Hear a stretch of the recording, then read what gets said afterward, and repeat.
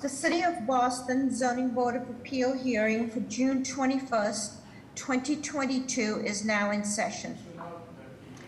This hearing is being conducted in accordance with the applicable provisions of the open meeting law, including the updated provisions enacted by the legislature last year. The new law allows the board to continue its practice of holding virtual hearings until July 15, 2022. This hearing of the board is being held remotely via the Zoom webinar event platform. This hearing is also being live streamed. In order to ensure this hearing of the board is open to the public, members of the public may access this hearing through telephone and video conferencing. The information for connecting to this hearing is listed on today's hearing agenda, which is posted on the public notices page of the city's website, boston.gov. Members of the public will enter the virtual hearing as attendees, which means you will not see yourself on the screen and you will be muted throughout unless administratively unmuted when asked to comment.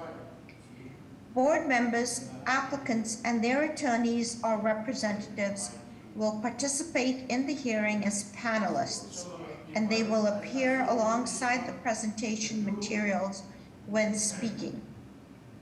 Panelists are strongly encouraged to keep video on while presenting to the board. As with our in-person meetings, comments in support will be followed by comments in opposition. The order of comments is as follows: elected officials, representatives of elected officials, and members of the public. The chair may limit the number of people called upon to offer comment and the time for commenting as time constraints require.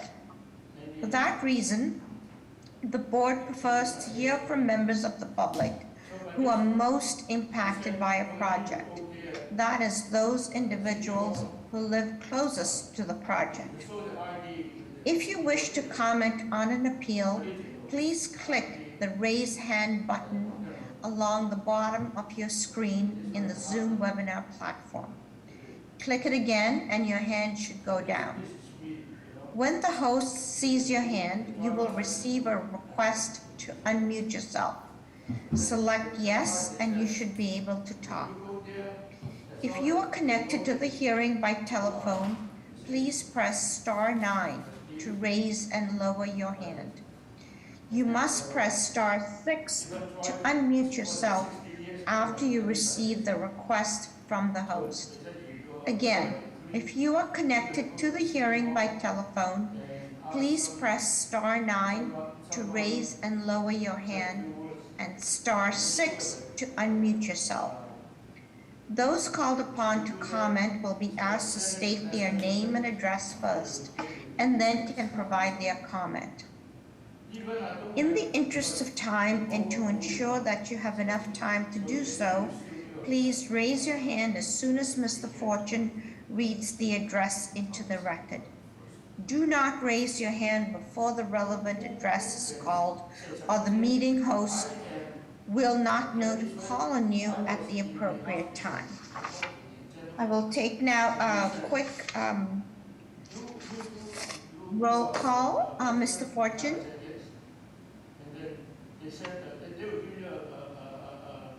Is Mr. Ehrlich?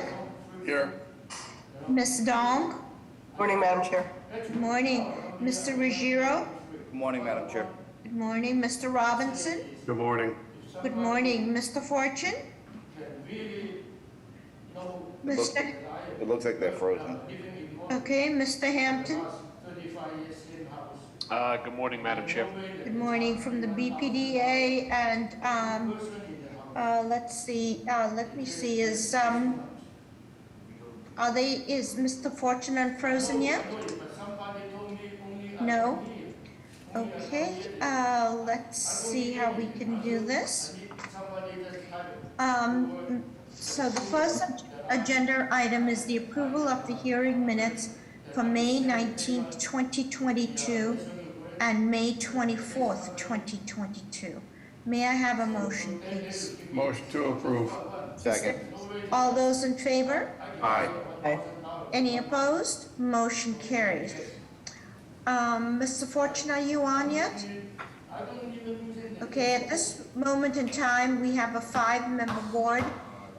Therefore, Mr. Ruggiero, do you have the information on the, Yep. on the tolling? Okay, so I'm just gonna call case BOA number, so there's a 5-member board, so all members need to be in support.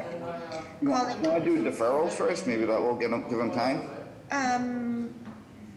no, let's go ahead, with the extensions. Actually, that's a good idea. Anybody here scheduled for 10:35 this morning, requesting a deferral or a withdrawal? Yes, Madam Chair, 1578 Blue Hill Avenue. Okay. Calling BOA number 13-1327256, 158 Blue Hill Ave, Ward 18. Your name and address for the record, please? Yes, Madam Chair, good morning. Attorney Derek Small, business address of 51 Dobson Road. And today with regard to 1578 Blue Hill Avenue, Madam Chair, we are withdrawing this application. May I have a motion, please? Motion for denial without prejudice. Second. All those in favor? Aye. Any opposed? Motion carries. Thank you very much. Have a good day. You too. Anybody else requesting withdrawal or deferral? Okay, let's going I'm back. Michael Courtney. I'm going to be requesting deferral for the 2 projects on Bunker Hill Street. On Bunker Hill Street, well, that's not scheduled until 11, so we'll wait until then to call you, okay? Aaron has his hand raised. Yes, Aaron? Madam Chair, 295 Webster Street, requesting a deferral. It's Okay. recently come to light that we have a butter that we'd like to spend some more time working with, Okay, please. hold on a minute, let me call it into the record. Calling BOA number 1267825, 258 Webster Street, Ward 1. Your name and address for the record, please? Aaron Danielle, on behalf of the owners, Mary Lou McDonough and Fernando Fernandez. It's 295 Webster Street, Madam Chair. Okay, and is there a reason that there are 2 applications or? There are separate applications, one for a roof deck, one for an occupancy change. Okay, so may I have a motion for deferral? Motion to defer. Second. There a second? All those in favor? Aye. Any opposed? Motion carries. The date is 8/23 at 11:30. Gratitude. Okay? Any other requests for deferral or withdrawals?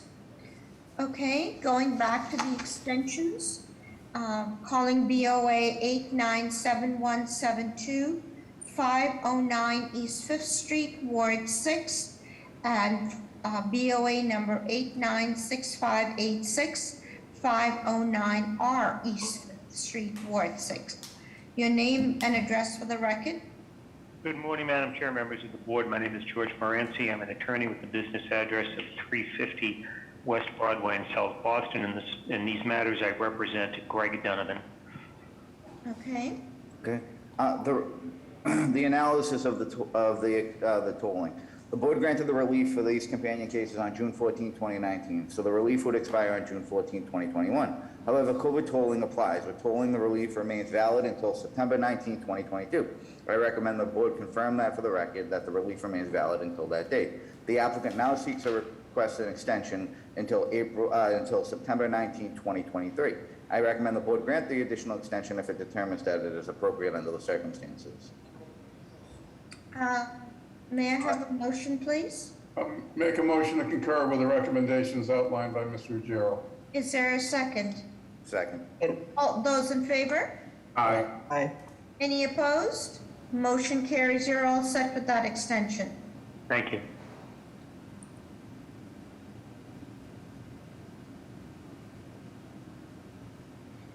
Calling the next case, BOA number 1012287, 199 Gardner Street, Ward 20. Is the applicant here for this address? Morning, Madam Chair. Attorney Timothy Fraser from the law firm of Dane, Torpy, LeRae, Weston, Garner, 175 Federal Street, Boston, Mass. Okay. Also with me is Attorney Michael Parker, also from Dane, Torpy. Okay. Mr. Ruggiero? The board granted this relief on this case on January 31st, 2020. So the relief would have expired January 31st, 2022. However, COVID tolling applies. With tolling, the relief is valid until May 8th, 2023. May 8th, 2023? Correct. Okay, may I have a motion, please? Motion to concur with the recommendations as outlined by Mr. Ruggiero. Second. All those in favor? Aye. Aye. Any opposed? Motion carries. Thank you, Madam Chair. Thank you, Board. No, also. Calling the next case, BOA number 699598, 289 Walk Hill Street, Ward 18. Good morning, Madam Chair, members of the board, Attorney Nick Zazula, McDermott, Quilty, and Miller, 28 State Street in Boston.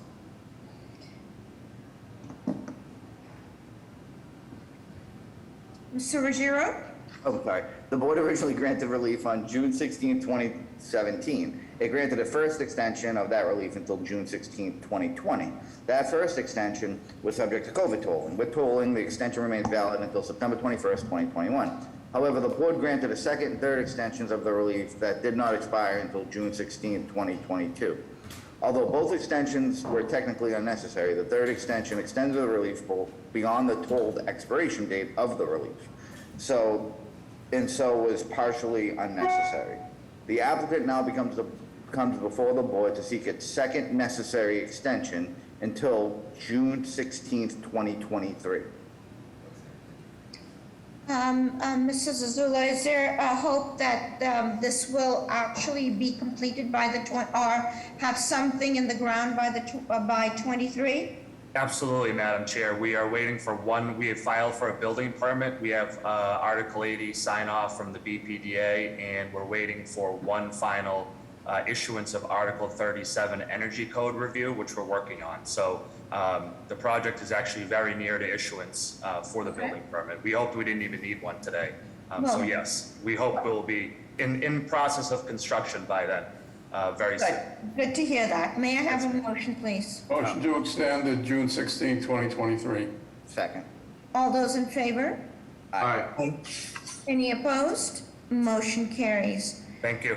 We're gonna jump, I just got a text that they're still trying to figure out the IT issues, so we're gonna just jump to Groundwater Conservation Overlay District, calling BOA 1328225, 433 Marlborough Street, Ward 5. The violation is Article 32, Section 4 G Code applicability. The request is to install new patio, window wells, and recharge system. Name and address for the record, please. Good morning, Madam Chair. Oh, Madam Chair, Secretary here, I'm back on, so I can go. Excellent, good for you. The applicant can you put your name and address on the record, please? yes, good morning, Madam Chair, members of the board. My name is Christine McMahon with the office address of 21 Dry Dock, Boston, Mass. Here representing the owner, Thomas Callis. Okay, Ms. Simonelli, are you on? Yes, Madam Chair. Good morning, members of the board. Christian Simonelli, Boston Groundwater Trust. We have both letters from the applicant. Thank you. Madam Chair, we have those letters as well. May I have a motion, please? Motion to approve. Second. All those in favor? Aye. Aye. Any opposed? Motion carries. For the board, for all applicants who are here today, we are now a 6-member board with Mr. Fortune on. So you need 5 of the 6 members to be in support of your project. If there is, so you have an option to either go ahead or defer until a later date when there is a full board. Mr. Fortune, we've just skipped around a little bit. Yes, no, Madam Chair, I was able to hear everything, unfortunately, Okay. but we had to change things here. Thank you for stepping in, and Mr. Ruggiero, thank you for stepping in, and congratulations on your new baby boy. So let's go to board final arbiters, please. Yeah, calling the first case, calling DOA 122-4583, 1 Washington Mall. Name and address for the record, please.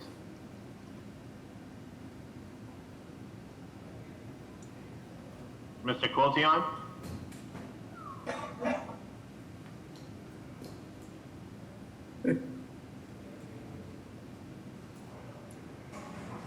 Is Mr. Quiltion? Yeah.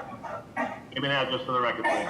Hi, Dennis Quilty, attorney at 28 State, representing the applicant at 1 Washington Mall. Wrote to the board recently requesting board final arbiter. This is a matter involving a change of use for the creation of a virtual golf facility. Subsequent to our successful appeal, the applicant was able to be made available additional square footage at the exact same location in immediately abutting space. And the application before you today would be to allow us to add that additional space under the board final arbiter authority of the board. It literally changes nothing but the... Mr. Quilty, one question. How much is that space? How many square feet? It is an additional 2,800 plus or minus 2,800 square feet. Okay. How are the plans, Mr. Robinson? Plans are good. I just have one quick question. What's changing in the program to absorb that additional square footage? Nothing whatsoever. It's fully licensed by the other city agencies. Nothing changes except the availability of more space. Okay. No further questions. Plans look good. May I have a motion, please? I'll make a motion to approve. Is there a second? All those in favor? Aye. Any opposed? Motion carries. Thank you. Calling the next case, the board final arbiter, calling DOA 10183. 101-8347, 36 to 40 Sprague Street. There is a companion case, BOA 101-8350, 38 to 40 Sprague Street. Name and address for the record, please. Mr. Polginian? Mr. Secretary, this is Attorney Zazula. Sorry to jump in, but I do notice he's on as John under the attendee. He probably needed to be moved over. I apologize. Thank you. He may be moving over now, so I apologize.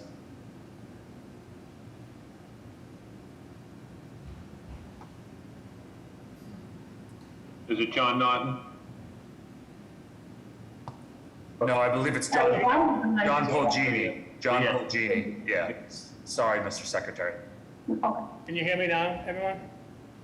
Yes, please put your name and address on the record. Sure. Good morning, Madam Chair, members of the board, Attorney John Polgini, business address at 10 Forbes Road in Braintree. I'm here on behalf of the applicant, Nanantham Development, and this is for 3640 and 3840 Sprague Street in Reedville. You guys may remember this proposal came before the board on January 28, 2020. It is consists of 2 buildings totaling 247 residential apartments. When this was approved by the board, there was some language added into the board decision stating that additionally in the future and not part of this filing, these proposals will provide amenity spaces, including a fitness studio, half basketball court, coffee shop, daycare facility, sports bar, shared workplaces, rooftop pool. I'm bringing this up only in the sense that the amenity uses were specific to the tenants of the building. And when we went through get our financing, that became an issue. They wanted that clarified as, you know, with these complex real estate transactions. We are adhering to the terms and conditions of the BPDA Article 80 approvals. It was not a proviso as part of this. Yes, so it's just for tenant use and therefore it's an accessory use to the main use. Yeah, the only exception, Madam Chair, is that we are offering shared workspace that will be open to the public in light of COVID when we were going through this process. Okay, so may we confirm that? May I have a motion? Motion to approve. I'll second, Chair. All those in favor? Aye. Aye. Any opposed? Motion carries. Thank you very much. Calling the first case for 1035, calling case BOA 133-2018, 421 Saratoga Street. This is seeking to renovate an existing structure and erect additions. for a total of 8 residential units and 8 parking spaces. The violations, Article 53, Section 9, dimensional regulation in residential subdistrict, usable open space per dwelling unit. Article 53, Section 56, off-street parking. Article 53, Section 8, 2-family to 8 units is forbidden. And Article 53, Section 52, roof structure restriction. Name and address for the record, please. Thank you, Madam Chair, members of the board. Attorney Jeff Drago with Drago and Toscano with the business address of 11 Beacon Street, here on behalf of the applicants Matthew Moore and Ryan Wittig. And with me, I also have Philip Seema, who's on the call as the architect on the project. As was discussed and what's shown in the rendering we're looking at right now is we're seeking to preserve and renovate the existing structure that's on the site, and then to add a side and rear addition and create a total of 8 residential condominium dwelling units with 8 below-grade parking spaces accessed through an existing driveway on the site. The lot size is 4,700 square feet, and this falls within a 3F 2000 zoning district. Just going over the layout of the plans, below grade we have our 8 parking spaces. We also have a trash recycling area, which is shown on that page.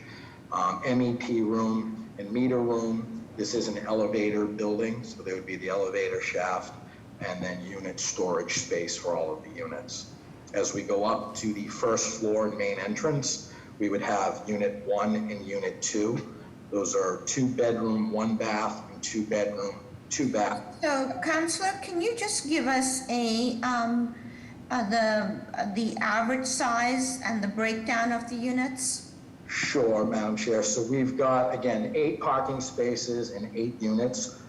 The units housed are 2 1-bedroom units, 4 2-bedroom units, and 2 3-bedroom units.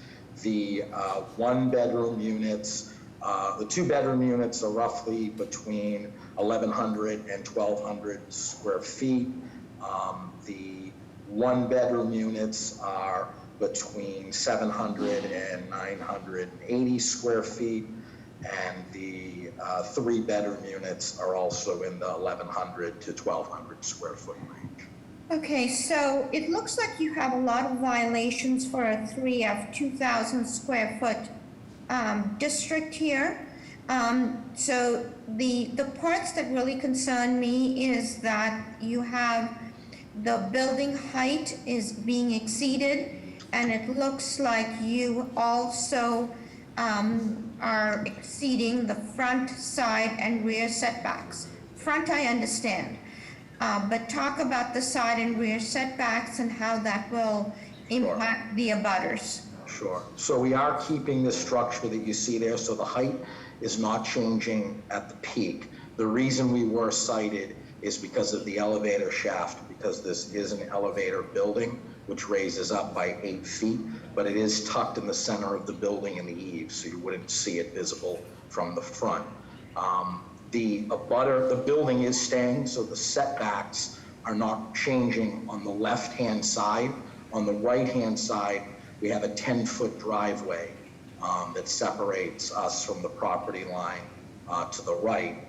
There is an overhang as you go up to the second floor, which would reduce that to about 6 feet from the property line, as you can see right in this picture here. We did, in working with the community, we kept the building, so we had to look at the addition to fill in the side, but then going back. We do have a 10-foot rear setback that will have green space in the back, and we also have 3 exclusive roof decks accessed by hatch only for the top floor units. And so tell me what's required by zoning on the rear. You're proposing 10 feet. What's required by zoning? 27. 27 feet. And can you give us the estimated distance between that rear, proposed rear property wall or building wall and the abutter to the rear? So there is, it's a commercial building in the back. It's a restaurant. It's about 10 feet from that wall. Okay. And, let's see. So you have the roof decks, we talked about that, okay, and the parking, tell us, is it, it's through a driveway? So there's an, What is the yeah, building? if you leave right in this site here, Madam Ambassador, right here, perfect. There's an existing 10-foot driveway. We're not changing that since the building is remaining. That's access that goes below grade, so you can see it enter on that side of the building, and it would house the 8 parking spaces in the rear. And tell us about context. This is a 3F 2000 district. Yes. Tell us what's around it. Sure. So there's some new condo developments, but mostly to the right and to the left of us are 3 families on 2,000 square feet. We have one of the largest lots at 4,700 square feet. And you can just see some of the context. So most of them do not have parking either. So we know it was important to have the 8 spaces that went along with our building. Okay. How are the plans, Mr. Robinson? The plans are good, certainly showing the depicted proposal. I think that, I feel like it's a little bit big. It's jumping from a 2 to an 8, and I think that the lot coverage is actually a little bit abnormal for this area. So I think I'd like to hear a little bit more from the community process. Was this a BPDA Article 80 small project or no? No. This is 8 unit only. And we actually originally had proposed to raise the structure, which would have, given us more rear yard space. In working directly with the Eagle Hill Civic Association, Mr. Robinson, they were keen on preserving this building. Yep. And working with us on the addition. So that's kind of why we have it set up the way it did for the better part of a year. Okay. Any questions from the board? Yeah, Mr. Drago, I'm looking at Google Maps, and the other buildings, sort of budding buildings, seem to go back a ways as well. What is it, how will the rear wall of this building line up with the rear wall of the adjacent buildings? Our lot is longer than some of those, so some of them, would be close. Some of them go back farther, but we do have one of the longer lots in the area. So I'm not concerned about the lots. I'm concerned about sort of backyard modal, I guess, is what I'm asking. Yeah, and compared to others, we would be slightly longer than some, a lot longer than others, but there are some within that block that are as long as ours.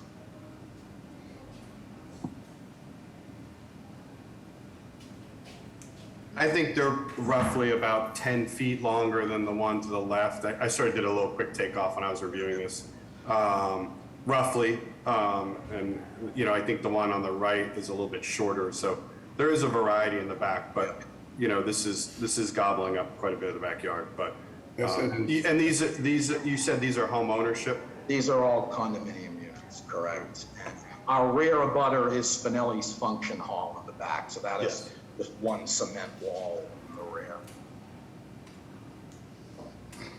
Did Spinelli's put up a residential structure in proximity of their lot? Madam Chair, I don't want to speak for them, but I believe it's across the street on the other side of Day Square, so not on this block. Not on the block behind us, on the other side behind. Okay. Is anybody here to speak in support or in opposition of this proposal? Yes. Good morning, Madam Chair, members of the board, Natalia Benitez of the Mayor's Office of Neighborhood Services. Our office hosted an abutters meeting for this project in September of 2021. There were a lot of concerns about demolition, for which the applicant compromised that it would only be renovation of the existing structure and addition. A lot of support from the abutters for the number of parking spaces. And the applicant also met with the Eagle Hill Civic Association in November of 2021, for which they received support for the project. 21 in support, 4 in opposition. Our office also received 50 letters of support for the project, and at this time, our office would like to refer the judgment to the board. Thank you. Madam Chair, Secretary, here we have those letters the Mayor's Office spoke of. Thank you. Madam Chair, I have a few raised hands. I'll start with Lisa Pascantelli. Once unmuted, can you state your name and address for the record, please? Hi, my name is Lisa Kelly. I live at Trenton Street. I'm in support of this project. Thank you. Okay, Celeste, I sent a request to unmute you. Can you state your name and address for the record, please, once you're unmuted? My name is Celeste Ribeiro Hewitt. I actually represent Spinelli's. We are the immediate rear abutter. I'm actually not commenting to either support or oppose the project. This, the notification for the ZBA hearing is the first time it's come to our attention. I'm not sure if it's our oversight or that of the proponent, but we would love to have a conversation with Attorney Drago and his clients, just to understand a little bit more.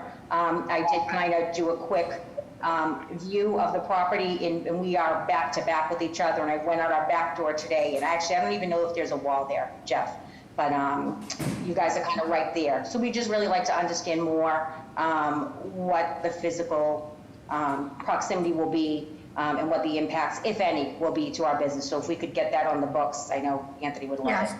Okay, so you, Counselor, will follow up with the Spinellis. Next person, please. Okay, Karen, second, sent a request to unmute you. Once unmuted, can you state your name and address, please? Hello? Yes. Hi. Yes, so my name is Karen Diep, D-I-E-P, and I am the owner of the building. Okay. Yeah, okay, next person, please. Okay. All right, Joseph, go ahead. Yep, Joseph Torgerson. I'm in favor of the project. I think I'm looking, so I rent on 383 Meridian Street, and I've been looking to buy for a while, and a lot of the condos in East Boston are just going way over asking price, and I think it'll be good to have another 8 units with parking. So I'm in favor of the project. Thank you. Okay, and then Paul, I see your hand is raised. Are you looking at the testimony here? Yeah. Yes, how you doing? My name is Paul. I'm actually a resident of East Boston as well. I know, working with the development team, we've definitely canvassed the neighborhood. Like So Paul, please put your full name and address on the record. Yes, Paul Pascantilli, 614 Bennington Street. Okay. Like I mentioned, we did extensive neighborhood outreach and gathered 50+ letters of support. We did speak to Rita Spinelli regarding this project several months back, and So are you part of the development team? I'm actually a consultant with the project, yes. Okay, so, thank you. Okay, okay, may I have a motion, please? I'll make a motion to approve, with the, I'd like them to talk to Spinelli's and the direct abutter and make sure that, and I don't know if they're gonna come back here afterwards, or. We don't need to see them again. Okay. But are you gonna make a motion for design review in there too? Design review. Okay, and we trust that they will be good neighbors and meet with the abutter. May I have a second? Second. All those in favor? Aye. Aye. Any opposed? Motion carries. Thank you very much. Madam Chair, it's now 11:08. I'm going to call the 11 o'clock cases for any deferrals or withdrawals for 11 o'clock only. 45 Milton Ave. Thank you. For the record, calling VOA 123-6084, 45 Milton Ave. Name and address for the record, please. Good morning, Madam Chair, members of the board. Attorney Ryan Spitz, Adams and Moranci, with the business address of 168 8th Street, first floor, South Boston. We're here to ask for a deferral today. There was an issue with the advertisement. The plans were changed from the original, what you see here today is 9 units. They were changed to 11 units in 14 parking spaces, and the advertisement did not reflect that. So we need more time for them to re-advertise the new proposal. May I have a motion, please? Motion to defer. Is there a second? Second. All those in favor? Aye. Any opposed? Motion carried. The date, please. You'll have a date of August 9th at 11:30. Thank you. Are there any other deferrals or withdrawals for the 11 o'clock cases only? Yes, I'm Michael Courtney for 194, 198 Bunker Hill Street, and also 198 Bunker Hill Street. All right, hold on, sir. Let me call them into the record. Calling 2 cases, calling VOA 127-9027, 194 to 198 Bunker Hill Street, and case VOA 127-9022, 198 Bunker Hill Street. Name and address for the record, please. My name is Michael Courtney, 27 Caruth Street, Dorchester. Good morning, Madam Chair, members of the board. Are you requesting a deferral? I'm requesting a deferral. We thought we had full neighborhood support, but over the weekend, I guess Okay. there was. Got it, got it. May I have a motion, please? Motion to defer. Is there a second? Second, Eric. All those in favor? Aye. Any opposed? Motion carries. The date, please. You'll also have a date of August 9th at 11:30. Thank you. Are there any other deferrals for 11 o'clock cases only? Mr. Fortune, yes. Address, please. 1395-1405 Washington Street. Thank you, Mr. Cass. Case BOA 129-8133, 1395 to 1405 Washington Street. Name and address for the record. Good morning, Madam Chair, members of the board. Mark Lacasse, Lacasse Law, 75 Arlington Street in Boston, requesting a deferral as we are continuing to work with the trustees and unit owners of the adjacent building to which this proposal will attach, and we need more time to complete that process. How much time is, you're looking at a later date in August or September? No, the 8-9 date would be great. Okay. I'll make a motion for deferral. I'll second, Eric. All those in favor? Aye. Any opposed? Motion carries. The date. Do it at date of August 9th at 11:30. Thank you so much. Are there any other deferrals or withdrawals for 11 o'clock? Yes, 21 Mayhew Street. Okay, thank you, sir. Hold on 2 seconds. Calling case BOA 125-2945-21 Mayhew Street. Name and address for the record, please.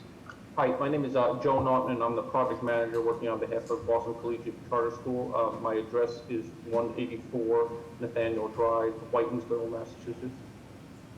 Are you requesting a deferral? Yes, so there was a civic association meeting tonight. We've had 3 meetings with the civic association, but their members are going to vote tonight. So we're hoping to get a deferral to the next available meeting, hopefully as soon as possible. May I have a motion, please? Motion to defer. Is there a second? All those in favor? Aye. Aye. Any opposed? Motion carries. The date? The earliest we can get you in there, Mr. Norton, is July 26th at 11:30. Great, thank you very much. And just know that on that date, that will be an in-person meeting or a hybrid meeting at City Hall. Great, thank you. Are there any other deferrals or withdrawals for 11 o'clock? Hearing none, I'll go back to the 10:35. Yes. Mr. Fortune, do you mind just going through the recommendations? Because those two are scheduled for 11. Sure. Madam Chair, do you mind if I do it after this one, so I gotta get that paperwork? Let me do this case first. Okay, got it. Okay. Thank you.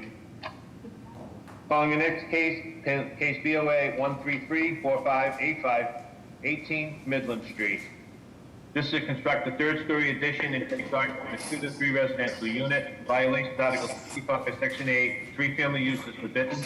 Article 65, Section 41, off-street parking is insufficient. Name and address for the record, please. Good morning, Madam Chair, members of the board. My name is James Christopher of 686 Architects with the business address of 1156 Dorchester Ave. I'm joined today by Patrick Wynn, the owner of 18 Midland Street. Mr. Christopher, you're very echoey. Please go ahead and describe the project. Is that better, Madam Chair? Yeah. Okay, this project was before the board, I guess sometime last year, to construct an upper-level addition and change the occupancy from a single-family to a 2-family. We have since constructed the addition, and we are working on the interior of the project. And due to construction cost increases and other constraints outside of Pat Wynn's, the owner's control, we've sought to change the occupancy to a 3-family with no change to the building footprint or height as previously approved. We met with the direct abutters and Columbia. Mr. Christopher, we'll hear about the public process. But again, so you came to us to convert this from a 1-family to a 2-family. This is a 2F4000 zoning district. What is the lot size of this lot? It's 4,125, Madam Chair. Okay, and then so tell us the breakdown then of the units. The units were previously proposed to be 2 bi-level units. We are now proposing 3 flats. The first floor unit will be a 1,180 square foot 2-bed unit. Unit 2 is a 1,136 square foot 2-bed, 2-bath unit. And unit 3, which would be the owner's unit, is a 1,125 square foot 2-bed, 2-bath unit.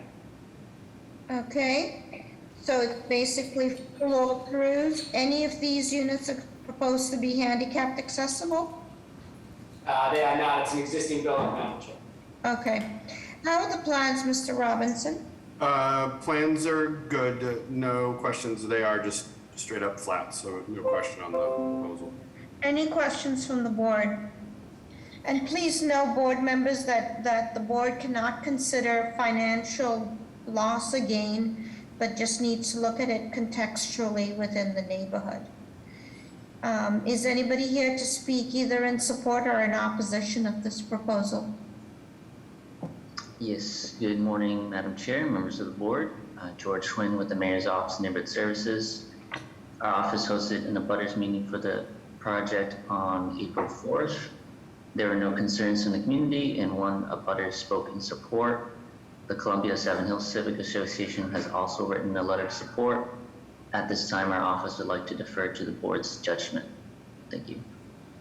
Madam Chair, members of the board, Joe McEachran, City Councilor, Frank Baker's office would like to go on record in support.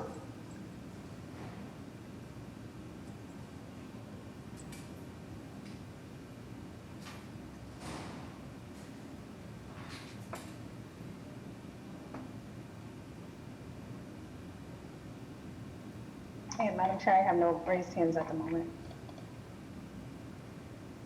It looks like they're, okay.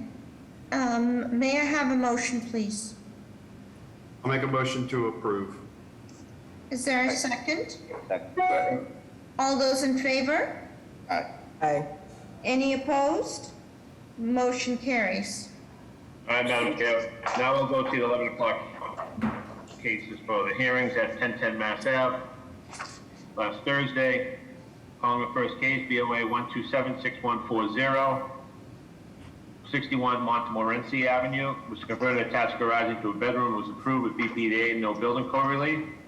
Case BOA 1321373, 131 West Newton Street, was installed a cantilevered steel deck at the Apollo level, it was approved. Case BOA 1319033, 313 West 4th Street, was constructed deck on the second floor rear, it was approved with BPDA. Case BOA 1295127, 71 Peter Polly Road, was a demolition of existing rear deck and construction of a new deck, it was approved. Case BOA 1283521, 57 Grampian Way, it was a finished basement, built perimeter. The basement would be extension of the living space for Unit 1. It was approved with BPDA and no bedroom in the basement. Case BOA 1044561, 86 Fairmont Street. It was to demo the front porches and build a new front porch and second floor addition. It was approved with proviso. I can't read what it says. Water. I'll have to come back to it. It's a proviso. Case BOA 1333051. Sorry, Mr. Fortune, I just have a design review on that one. For 86 Fairmont? Yes. Yeah, okay. Okay. That's not what I have, but okay, I believe you. For BOA 1333051, 20 Dale Street. This was deferred to the July 26th at 11:30. Case BOA 1296277, 12 Katomet Street. It was the new second-story addition. It was approved. Case BOA 1307432, 11 Parkside Drive. It's built a second-floor addition, expansion of garage. It was approved with BPDA design. Case BOA 1311104, 100 Chesborough Road, was to replace an existing temporary carport with a new garage, a connecting breezeway, and entrance to the basement. It was approved with BPDA. Case BOA 1316424, 36 Glenhaven Road, was to remove an existing mudroom, garage, and construct a new addition. It was approved with BPDA. Case BOA 132-8337, 51 Greta Road, was a renovation, update, and add a side addition over the garage of an existing single family, was approved with BPDA. Case BOA 130-5862, 200 Temple Street, construct a master suite, the second floor, was approved with BPDA. Case BOA 128-5309, 157 Theodore Parker Road, this is a conversion and extension of existing attic into living space, it was approved with BPDA. Case BOA 126-8413, 69 Vincent Road, was a constructed 14-by-8 deck and a 10-by-16 shed, it was approved. Case BOA 125-8118, 82 Presentation Road. This was adding 1 bedroom, 1 bathroom, and a storage closet in the attic in an existing house, it was approved. And on the rediscussion, case BOA 128-3294 was deferred to was deferred to the 9/27/22 meeting. And That just, concludes- and for clarification, that last address was 47 to 48 Snow Hill. I'm sorry, 47 to 48 Snow Hill Street. That concludes the Thursday, June 16th meeting of the subcommittee. Need a motion. Motion to accept the recommendations of the subcommittee. Is there a second? Second. All those in favor? Aye. Any opposed? Motion carries. All right, Madam Chair, we'll go back to the 1035s. Calling case BOA 119-3958, 1154 to 1156 Dorchester Avenue. This is a to add a two-story addition with an existing three-story building and to change occupancy from a professional office, function hall, and community center to a professional retail space and 20 residential units. The violation, Article 56, Section 16, the floor area ratio is excessive. Article 65, Section 41, off-street parking is insufficient. Article 65, Section 41, off-street loading is insufficient. Article 80, Section 80E-2, this is under small project review. Article 65, Section 16, the floor area ratio is excessive. Article 65, Section 16, the height requirement is excessive in stories. Article 65, Section 16, the height requirement is excessive in feet. And Article 65, Section 16, the usable open space is insufficient. Article 65, Section 16, rear yard is insufficient. Article 65, Section 16, the lot area for additional unit is insufficient. Name and address for the record, please. My name is Karen Diab. I am the owner of 1154, 1156 Dorchester Avenue. So please tell us what you're proposing to do, or if you have somebody representing you who's going to talk us through. Yes, ma'am, Madam Chairman. I will be having 686 Architect will be presenting the project with the board today. Okay. Who's on for 686? Please put your name and address on the record. Good morning, Madam Chair, members of the board. This is Attorney John Barry on behalf of the owner, Ms. Depp. With me today is James Christopher and William Christopher from 686 Architects. The proposal that's being presented today is a mixed-use proposal. The proposal includes roughly 26,027 square feet. It is going to be comprised of 20 residential units with 2 retail office spaces at grade. The breakdown of the units is as follows. There's 20 units. There's 4 one-bedroom units that are roughly 689 square feet. There's 13 two-bedroom units that range from 853 square feet to 924 square feet. There's 3 three-bedrooms that are roughly 1,038 square feet. 3 of these units will be affordable IDP units. This project has had a multitude of meetings. We've met with the local. We'll get all that information from the mayor's office.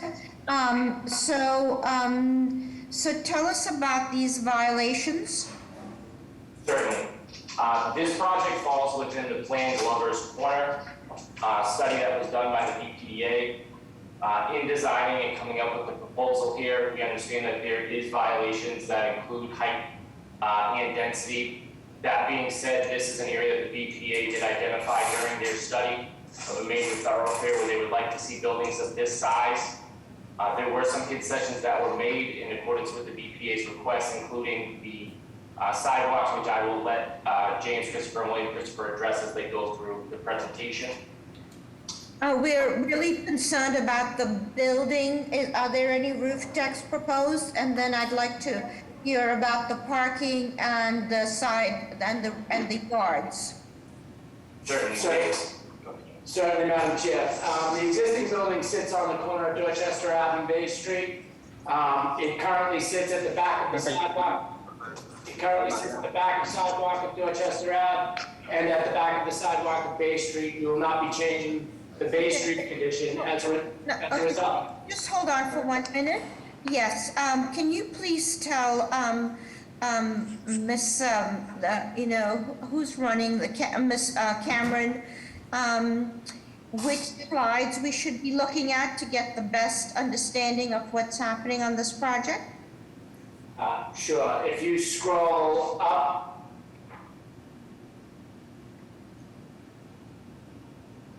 These are not the slides that I sent in. Sure. Scroll down, Madam Chair. Yeah, there you go, Ariel. Next slide, please, to the site plan. Thank you. Okay, so this illustrates the setting of the building. Currently, it sits at the back of the sidewalk at Dorchester Street and Bay Street. As a result of our discussion with the BPDA, we will continue the Complete Streets program here and remove about 2.5 feet of the front of the building at grade, creating a cantilever while maintaining the Complete Street narrative with the BPDA. The rear yard setback, it gets down to 19 feet. The side yards, the building gets pretty, it's pretty much. I'm sorry, the rear yard is 19 feet. What's required? The rear yard that's required, Madam Chair, is 20 feet. Ultimately, with the addition, it is 0 feet on one corner and 4 feet on the opposite corner. And just to address your question, there are no roof decks that are being proposed. Okay. As far as the existing building, the parking was very challenging.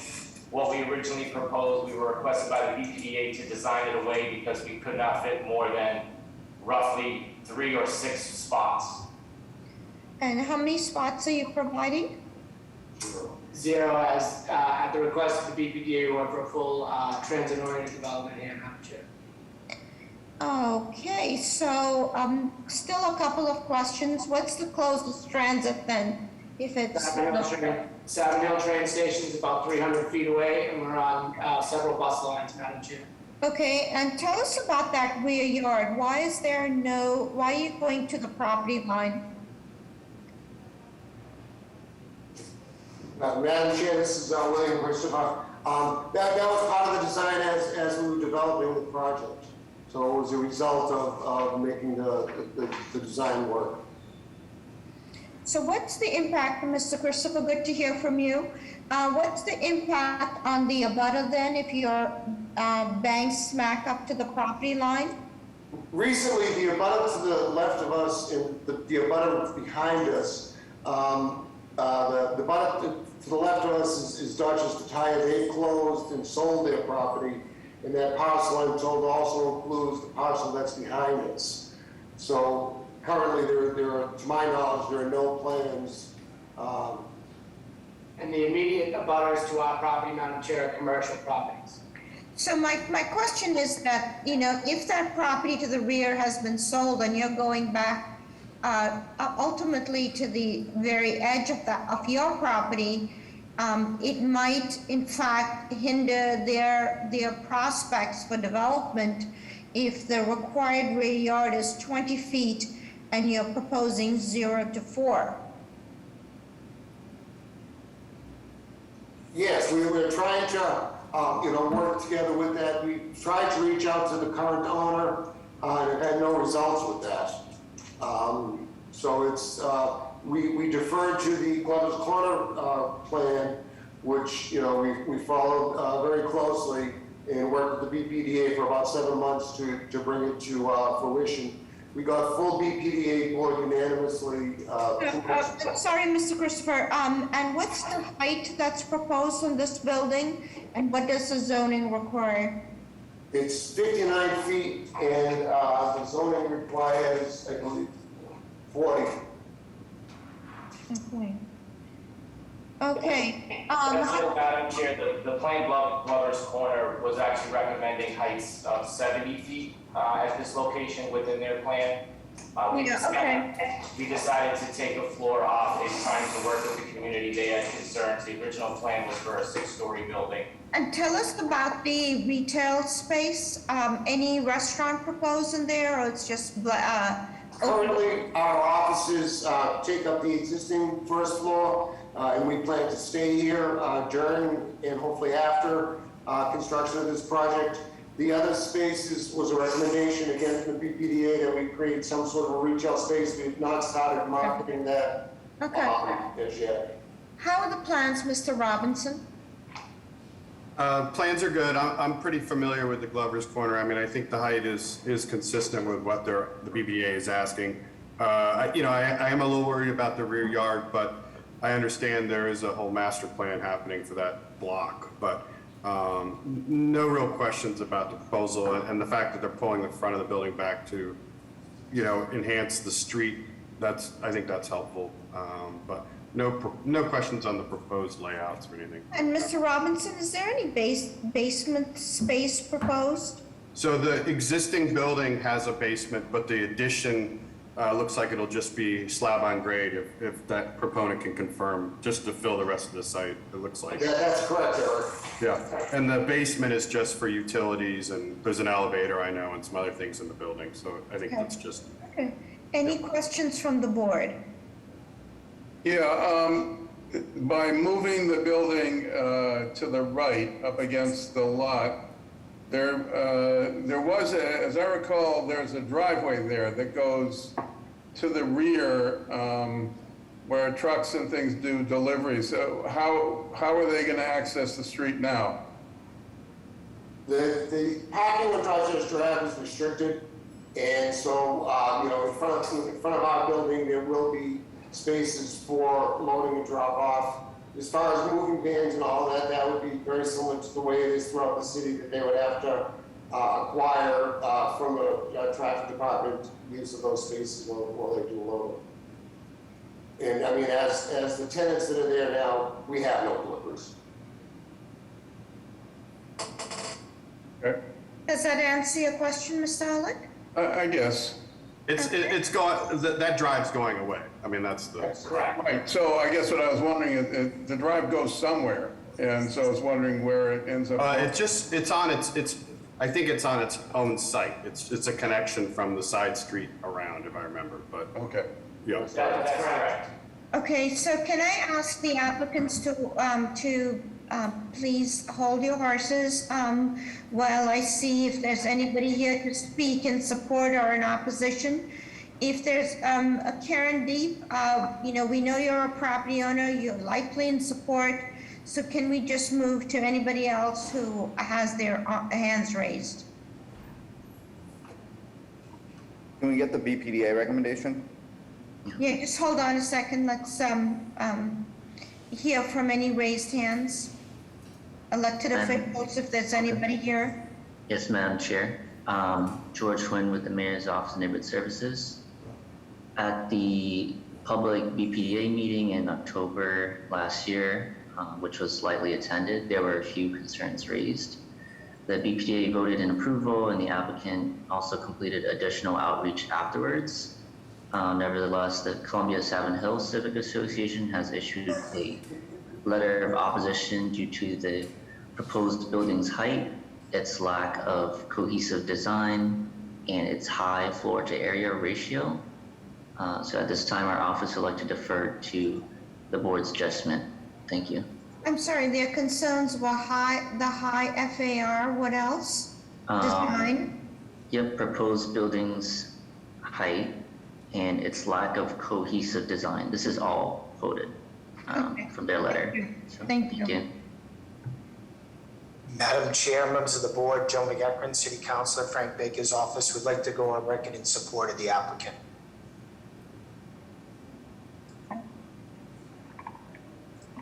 Good morning. Madam Chair, Secretary here. We do have those letters the mayor's office spoke, but we also have that one opposition letter as well. Thank you. We have Piers Martin from Senator Collins' office. Go ahead. Appreciate it. Thank you. Good morning, Madam Chair, members of the board. My name is Piers Martin. On behalf of Senator Collins, I would like to testify in support of this project. Thank you. Thank you.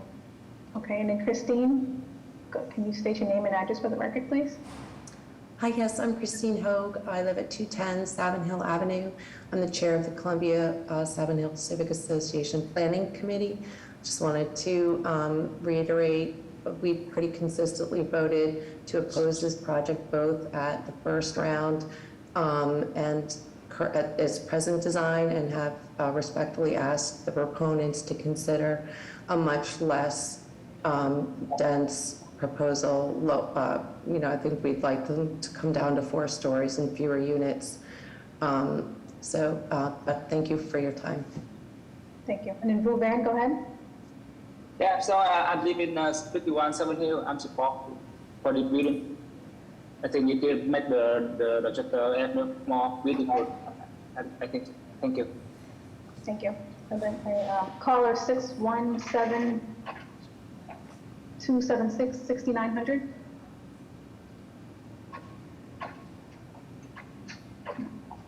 Sorry, you unmuted. Go ahead. Can you hear us?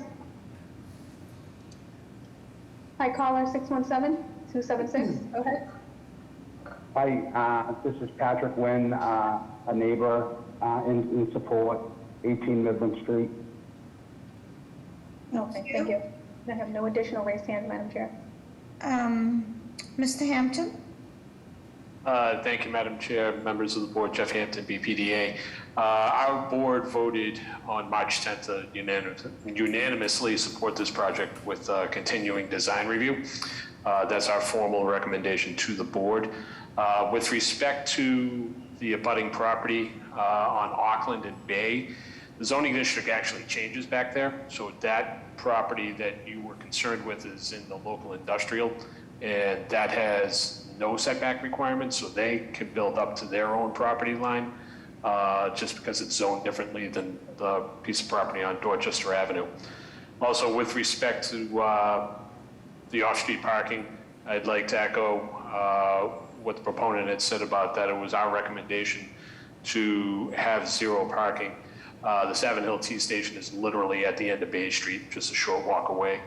And I be happy to answer any zoning questions or any of the plan Glovers. Go ahead. I'm sorry, Madam Chair.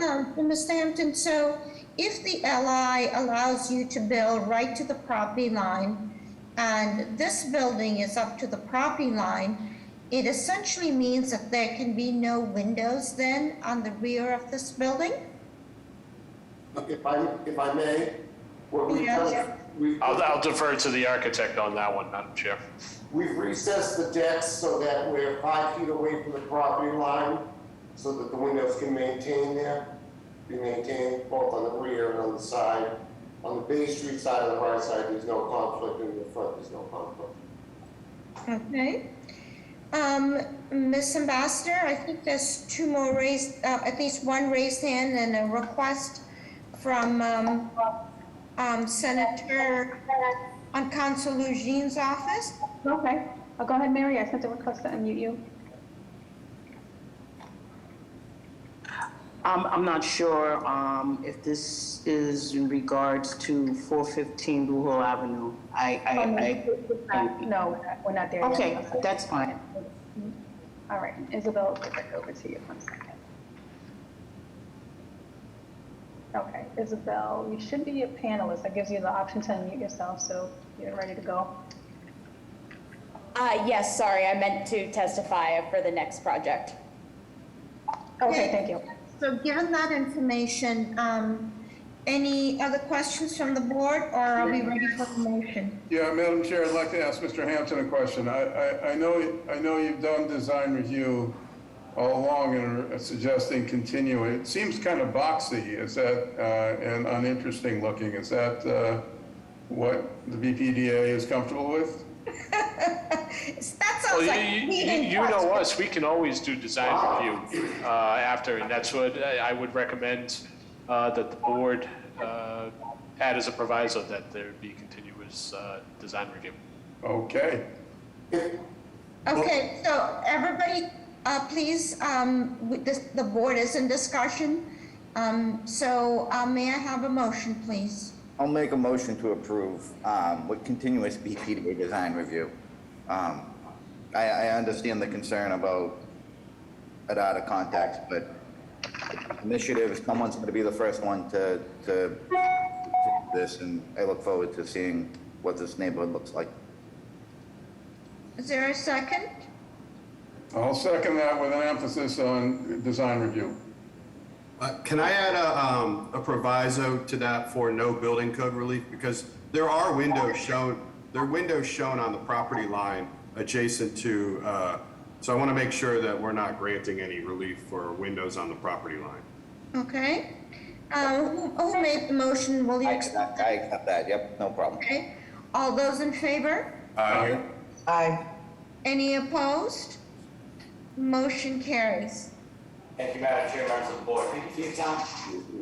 Calling the next case, calling DOA 128-8194, 60 to 64 Hilltop Street. This is a change of art for a commercial warehouse distributor to commercial warehouse distributor and athletic facility.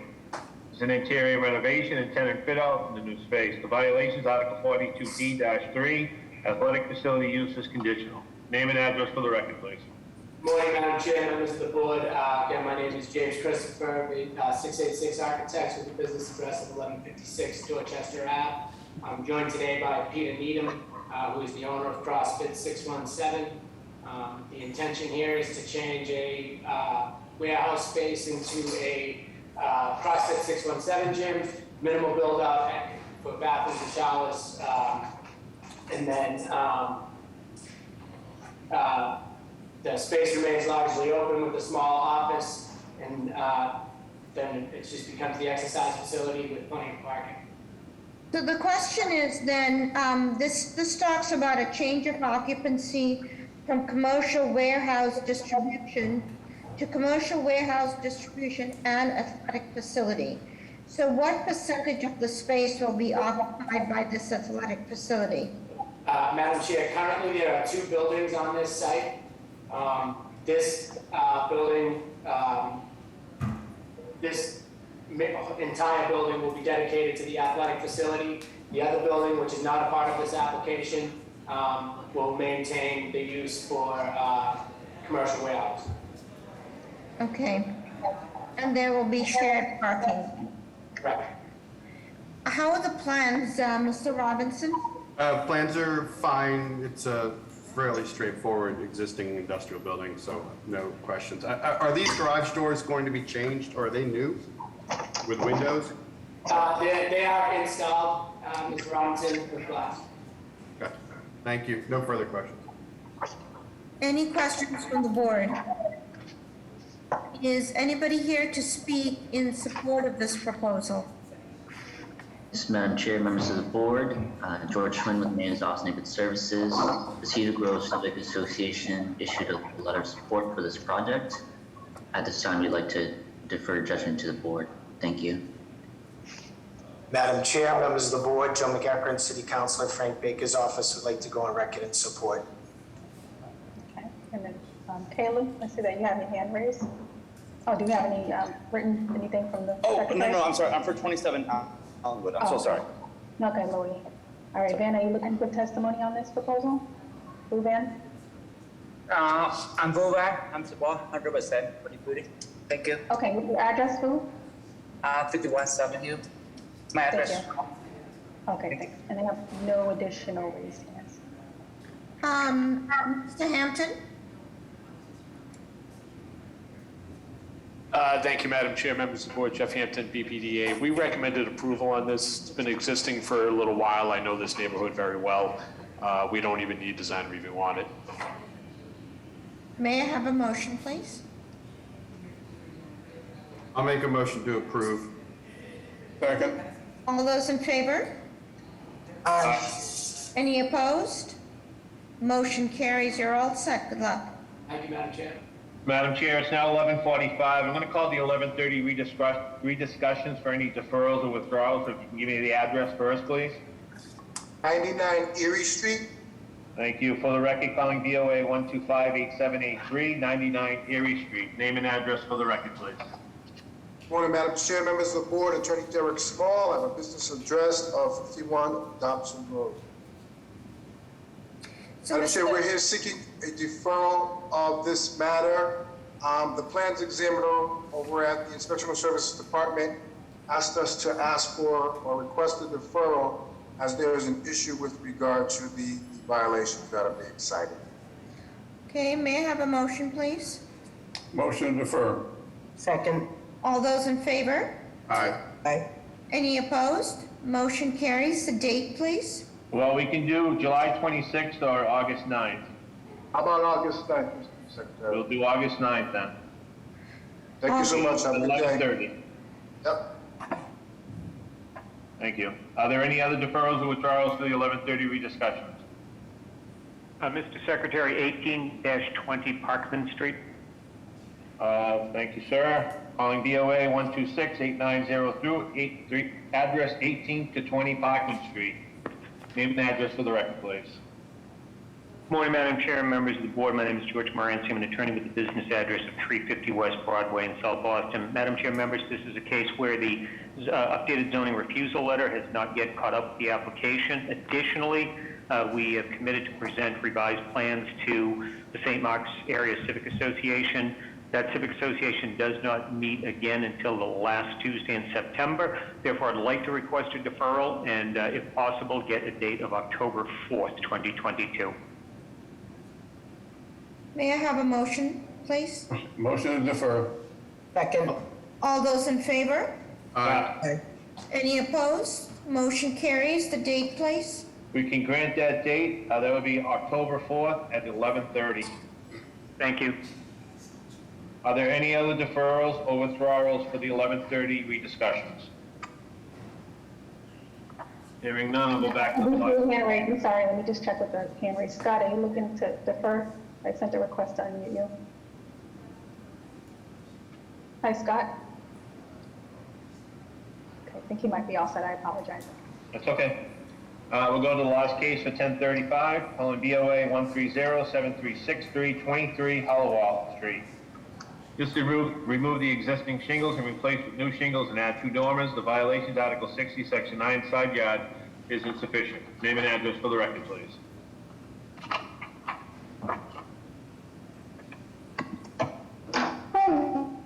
I am the owner of Hollowell Street.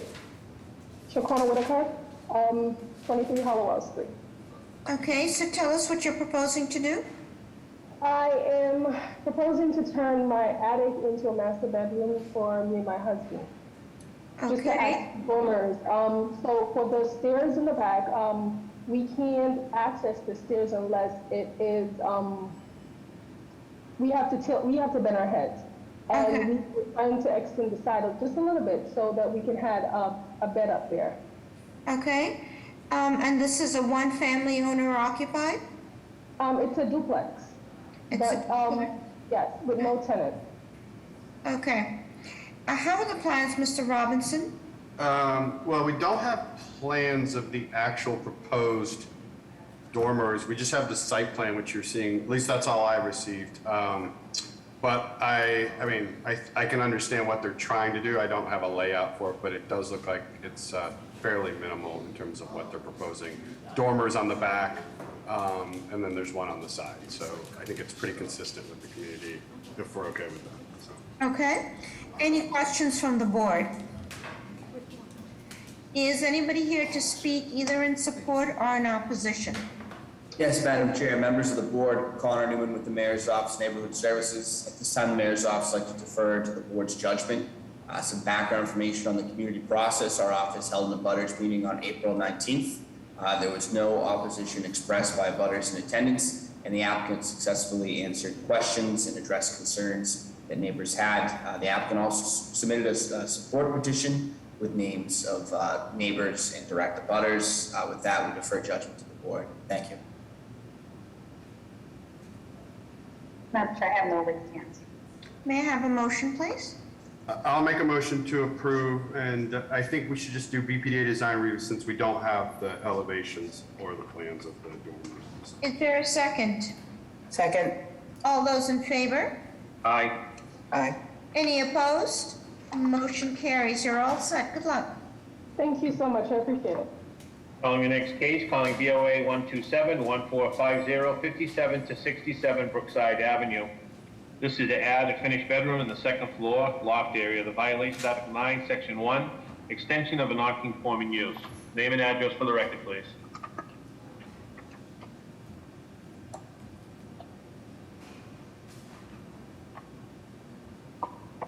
There is a hand raised for a second. Luke, are you here for this proposal?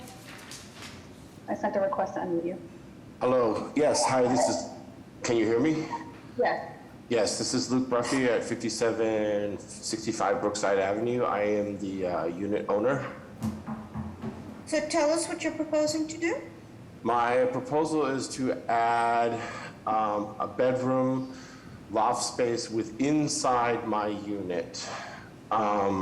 Currently, if you looked at, if you have the architect's plans, yeah, currently I have a loft that covers 1/4 of my unit, and I would like to extend that loft over to a wall to have the loft cover approximately half of the whole unit.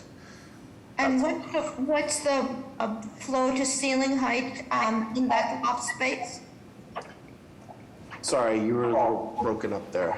What's the height from the floor of the loft to the ceiling? It's on the architect's plans.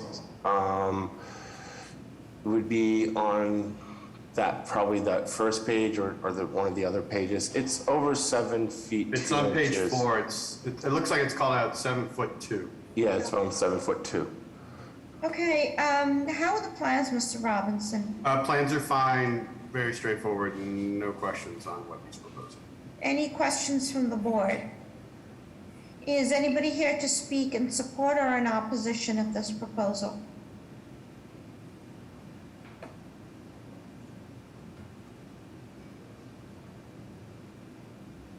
I have no raised hands, the petitioner. And there's nobody from the mayor's office? Madam Chair, Secretary, I just have one letter of support. Mr. Hampton? Thank you, Madam Chair. We recommended approval with proviso for design review, but if it's all internal, I don't think we need to do design review. Yeah, it seems to be all internal. Yeah, but we're in support of this petition. Okay. May I have a motion from the board? Motion to approve. Second. All those in favor? Aye. Any opposed? Motion carries. You're all set. Good luck. Thank you very much, Madam Chair. Calling the next case, calling BOA 131-4013, 990 to 996 Dorchester Avenue. This is a change of occupancy to include retail food with takeout. The violation is Article 65, Section 8, takeout use is conditional. Name and address for the record, please. Julia Ivora, I'm the one of Sosab Catering, and I'm looking into changing adding takeout to my catering and retail business. Okay, and again, what's the name of your, what is the proposed name of this business? It's Sosab Catering. Sab, which is in Portuguese means everything is good. Life is good, okay. And so do you have takeout experience in the city of Boston? No, but I'm new to the takeout business. I have been with the catering for this past 3 years. I've been doing catering, and I had the license since 2018. Okay. And a lot of my stuff is more like, so it's sort of a takeout, because I do the things and I bring it out to customers. So when you say takeout, is it for like, catering big parties or for, small families? Or both? Small family. I've been working mostly with small families, like birthdays, small events, and a lot of the customers, my neighbors and people stop by, they knock at the door, they want to try what I already make. So I wanted to be able to provide that to them. Okay. And open with, because I usually work with the closed door, and I want to be open to the community and just have the door and people come in and try what I'm already making.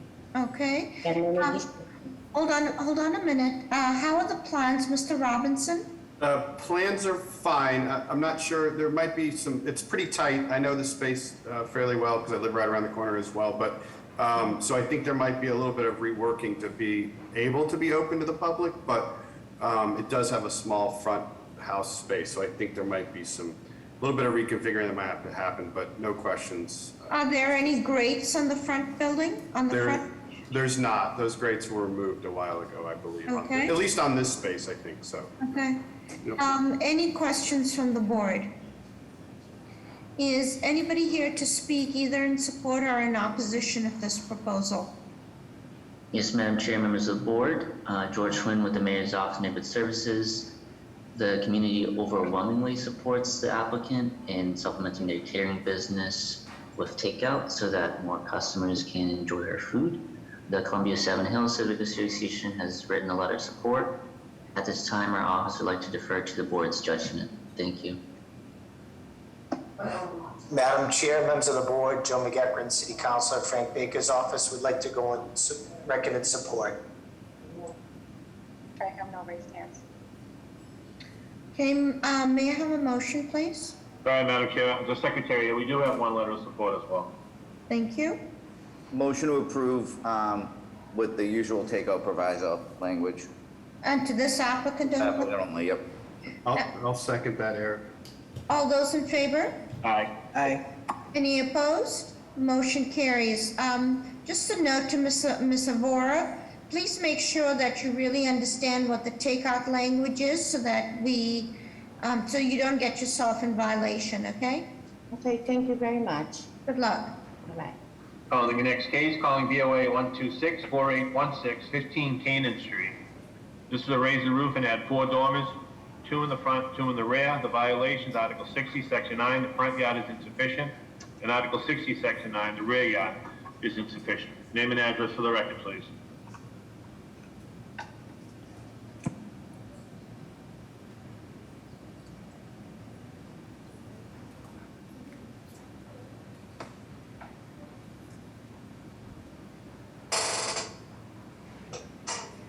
Is anyone on for Cannon Street? Mr. Kelly? You see a raised hand that just popped up. 1 second. Okay, LMC Inc., go ahead. Sent a request to unmute you. Hello? Hi, Can you hear me? yes. Hi, it's Len Kelly, 15 Canaan Street, Mattapan, Mass. So, Mr. Kelly, tell us what you're proposing to do. I'm trying to put a master bedroom in my attic there and a couple of closets and a bathroom there, extra living space. Okay, and this is a single-family dwelling? Yes, madam. Okay, so you're proposing to add 4 dormers. Mr. Robinson, how are the plans? Plans are fine. He has to remove the roof, and then he'll be putting a new roof at a different pitch, and then 4 dormers, just for the board. So a little more work than that, but plans look fine. The proposed scope is fine. I think the maybe a little bit of work with the BPDA on some of the sort of proportions, but other than that, no questions. Okay, any questions from the board? Is anybody here to speak either in support or in opposition of this proposal? Yes, Madam Chair, members of the board, Connor Newman with the Mayor's Office of Neighborhood Services. Our office held an abutters meeting on April 19th. Abutters were in attendance, no serious concerns were raised, and the applicant satisfactorily answered questions that residents had. At this time, the Mayor's Office would like to defer judgment to the board. Thank you. Okay, I have no raised hands. Mr. Kelly, is this owner occupied? Yes, I lived at the residence for 15 years, madam. Okay, excellent. Okay. May I have a motion, please? I'll make a motion to approve with BPDA design review. Second. Okay. All those in favor? Aye. Aye. Any opposed? Motion carries. Good luck. Thank you very much, madam. Good luck. Calling the next case, calling BOA 133-4366, 27 Allenwood Street. This is to move the curb cut about 6 feet, replace the existing retainer wall about 2.5 feet in height. The violation is Article 10, Section 1, limitation of off-street parking, and Article 56, Section 39, off-street parking and loading. Name and address for the record, please. Hi, this is Caleb Cutler, owner of 27 Allenwood Street, West Roxbury. Sorry, we're cutting each other off. It's also Carolina Vertiger, I'm the wife, also owner of the property. Okay, so who's going to take the lead on explaining to us what's being proposed? I'll do it. The wife. Okay, good to know. Okay. Good choice. We would like to add a driveway. We currently have 2 electric cars, and we would love to be able to charge them safely off-street. Ideally, we would have 2 parking spaces on what is considered to be the front side of the house, hence why we're here. Our main door, it doesn't face the street. It faces essentially what's the side, AKA the front of the house. And so there's a West Roxbury zoning law prohibiting this. However, we've been approved by the neighborhood, so. Okay, so the question for you is that from our perspective, the front yard parking is triggered because the space closest to the street is in your designated front yard of the property. So the question to you is, do you have the capacity, does the lot have the capacity to move the parking space further into the lot so that it's perhaps on the other side of that bay? Unfortunately, no. This is really the only place that we can fit the 2 cars. We couldn't even fit 1 car actually on what would be the front side of the house where the retaining wall is. Okay, and is there any in this parking on that side of the street? I'm sorry, I don't understand the question. Is there on-street parking on your side of the street? Yeah, well, we currently are parking on the street, and we would like to take the cars off so we can charge them safely without creating a tripping hazard for our neighbors. So I guess the question then becomes, if there is no option for you to pull both cars further back, then I guess the option then becomes is for 1 parking spot so you can at least charge 1 car at a time. Ideally, we would like to do both cars. There is room for both cars. Yeah, this is plenty easy too, and then plus Let me just tell you that this board is reluctant to approve front yard parking, and that car closest to the street is clearly considered to be in the front yard of the property. So that's why I'm kind of pushing you to find out if there's any other options, because we'd like to figure out a way to make everybody happy, but at the same time hold to our board values. I apologize. My understanding was that because of where the front door is, that's where the violation is. So let me just ask again, is there a possibility for you to move, because I have exact same issue, I have a side entranceway, but let me just ask again, if there's a possibility of you moving what I call that first car, the one closest to the step, further into the yard? I mean, we'll move it as, where it's possible, but like we were saying, with the way that the house is, where the sidewalk is, we don't want to intrude on the sidewalk. This is, by the way the designer is. I got it, okay. Yeah, and then I herniated 2 discs in my back. I'm a public school teacher, and, being able to get up those stairs, I need to find a way to be able to safely get up the house to and from going to, being a teacher every day. And the stairs, this driveway in this place would make that possible given my back situation. So let me just ask you, is this on a flat piece of property or is this an uphill? It's a very slight grade. Okay. Like all that neighborhood. I mean, it's called Bellevue Hill, but it's, Got it, it's relatively flat. Yeah, a couple of us might know Bellevue Hill. So let me just ask, Mr. Robinson, how are the plans? I think you're hitting on the point. One question So there's an existing curb cut that is on the street in front of your house. What is that from? No idea. We bought the house, we want to say this is our third summer in the home. Yep. It's been there since we purchased it. It led to nothing. There's a retaining wall there. So the curb cut has been approved to be moved. I don't know why it was there in the first place, to be honest. Yeah, that's actually what gave us the idea when I hurt my back and being like I couldn't get up the stairs. I had to use my neighbor's driveway to actually access my own property with my walker and so on and so forth. And then, Okay, hold on. Just one more question, because I mean, there is, looks like 5 or 6 steps up from the sidewalk to your lawn height. So how are you going to accommodate a driveway and the walkway to your front door? It just doesn't, I mean, I just trying to make sure I understand. Yeah. So you're going to, are you going to dig this out? Walk through the neighborhood. Well, we're not. We're hiring the city contractor, Joey Ciccone. Yeah. And then, like any neighbor on on that street on Allenwood, the west side facing it has it. You know, like so, we're. Hold on. Yeah. Did he directly answer your question, Mr. Robinson? I'm just trying to understand. There's going to be a lot happening, so I want to just make sure I understand what they're actually trying to do. It's really Because just we a don't have driveway. finished plans of what they're proposing. We just have the site plan. So The sketch, got it. Yeah. Okay. It's going to look like that. It's, you know, we're not adding anything or taking anything away. It's going to be, you know, for the cars, and we'll, you know, when the cars are there, we'll be able to, you know, walk next to the car on our property up to our house.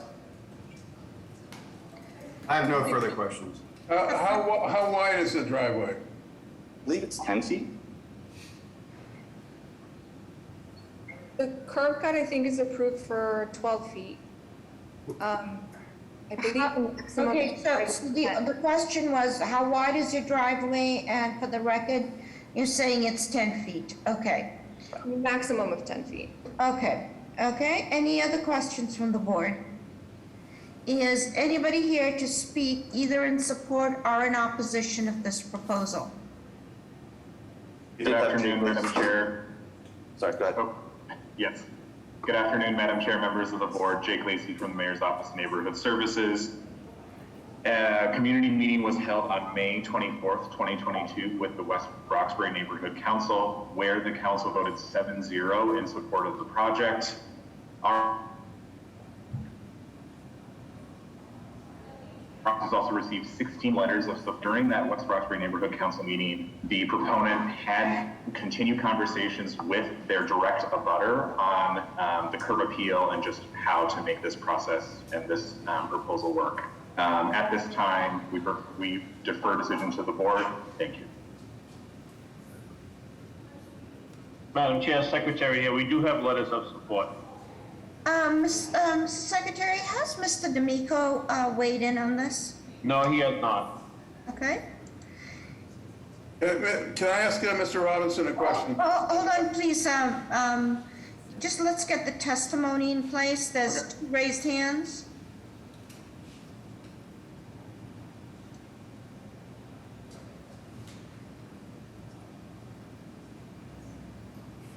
Mr. Master? Yeah, Susan, I sent a request to unmute you. Can you state your name and address for the record, please? Hello, my name is Susan Brinkert. I'm here with my husband, William. We are the direct abutters that Carolina and Caleb were referring to. We are the property that is most affected by the site of their driveway, which it looks to us from plans that have been shared that it probably is within about 21 inches of our property line, and we're just reinforcing that all of these properties here are less than the current requirements for offsets on side and backyards. Thank you. Thanks, and Bob, go ahead. Yes, can you hear me? Yes. Okay, Can you state your name and address for the record? Okay, Bob D'Amico, Boston Transportation Department. I'd like to go on record in opposition to this, only because the rear of one of the vehicles is going to be right at the edge of the sidewalk. And number 2, both spaces are undersized. Usually we have a 20-foot length, at least on one of the spaces.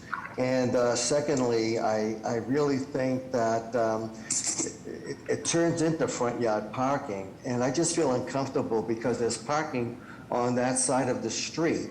And if you put one space, then it becomes a private parking space. So I just wanted to go on record in opposition. Thank you, Bob. We would like to point out we measured this. Hold on. Okay. I just want to make sure that you understand that this is a board meeting and this is board directed.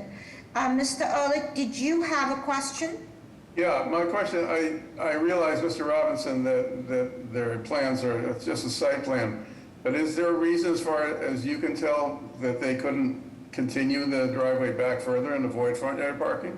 I mean, it seems plausible, except for I think it's probably not exactly what they're wanting to do, because they'll be taking out their entire side yard, or front yard, however you want to see it. But yeah, it does seem clear that those could be pushed back further, yes. Okay, and Mr., let's see, Mr. Hampton? Thank you, Madam Chair, members of the board, Jeff Hampton, BPDA. We recommended deferral because honestly, other than the site plan, we had nothing to go on. The planners actually thought that maybe the driveway on the right-hand side of the property was theirs and they were moving it to the left. The sizes are too small, like Mr. D'Amico said, at least one has to be 20 feet in length. One is front yard. We were really confused about this proposed project. Okay. Can we speak? No. Given that information, may I have a motion, please? Well, I'm going to make a motion to approve, because this seems like a simple thing, but with a proviso that the driveway be extended far enough back to avoid front yard parking. And design review to help them get there. Yes. Well, and can I add another? I mean, it sounds like they're going to move the curb cut, because there is an existing curb cut to nowhere. And I also think they can reduce the curb cut from, it's called out currently as 12 clear to 10. So I think they can even reduce the size of the curb cut by 2 feet. Okay. Yeah, I agree. Okay, so let me see if I get this straight. So the motion is to approve with BPDA design review with the goal of extending that driveway further into the backyard or / side yard to eliminate the front yard parking and to reduce the size of the curb. Is there a second? I'll second Eric. All those in favor? Aye. Any opposed? Yes. Motion carries. Who's opposed? Yes, ma'am. I was speaking earlier and got interrupted before I finished what I was saying. No. Okay, so the motion is made, motion carries with those provisos. Good luck. Thank you. Thank you. Madam Chair, we're on to the 11:30 rediscussions. Would you like to continue or would you like to take a 2-minute break? No, let's just see. No, let's continue. It looks like we just have 3 cases ahead of us. Actually, we have 5 cases ahead of us. What? We have 5? We have 5 cases. We have Sarah. Okay, let's take a 10-minute break. Okay, so 12. Let's Recording stopped. Let's convene at 12:30. Okay. I think that's it. So, you gonna go over? I don't think we need it.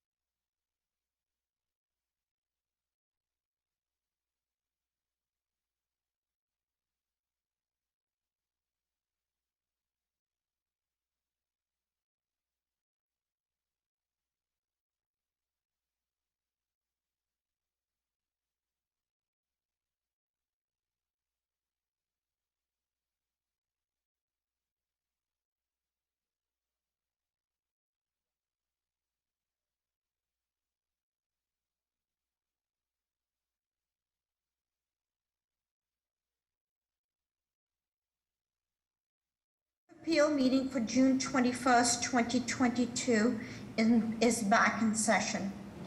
Before we hear our cases, let me take a quick roll call. Mr. Fortune? I'm here, Madam Chair. Mr. Ehrlich? Here. Ms. Dong? Present. Mr. Ruggiero? Mr. Robinson? Hello? Okay, all right, thanks. Checking back in, Mr. Ruggiero, can somebody reach out to you? You're here? Okay, excellent. Mr. Hamden from the BPDA. I'm here, Madam Chair. Thank you. Just a reminder, this is a 6-member board. Therefore, you need 5 members to be supportive of your project for it to carry. Therefore, you are entitled to request an administrative delay or administrative reschedule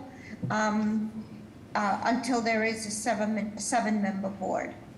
Given that information, let's move to the first case. Thank you, Madam Chair, for the rediscussion, calling BOA 127-2471, 247 Saratoga Street. This is a change of occupancy from a single-family dwelling to a 2-family dwelling. This will be a complete redo. This will be done on the basement, first and second. Violations Article 53, Section 56, off-street parking is insufficient. Name and address for the record, please.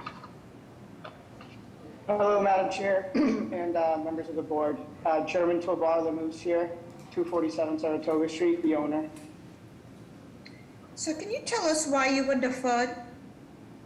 Yeah, we were deferred because last time around, you had concerns around the basement plans, and I think there was confusion that we were building a unit in the basement, but there's only 2 bedrooms there, and it's a continuation of the first floor. So there's 2 units. 1 unit will be first floor and basement, and then the second unit will be the second unit, or the second floor will be the second unit. So you're proposing to take a single family and split it into 2. Tell us the proposed size of each unit. So it's a 2-bedroom, 1-bathroom on the second floor, and then it's a 3-bedroom, 2-bathroom on the first and basement. And so what's the proposed size of square footage of the 2-bedroom? Yeah, I think it's about a little bit over 600 square feet. 600 square feet for a 2-bedroom? How about? It might be, I'm not, yeah, go ahead. How about the 3-bedroom? Since that's both floor plans, that one's over 1,200 square feet.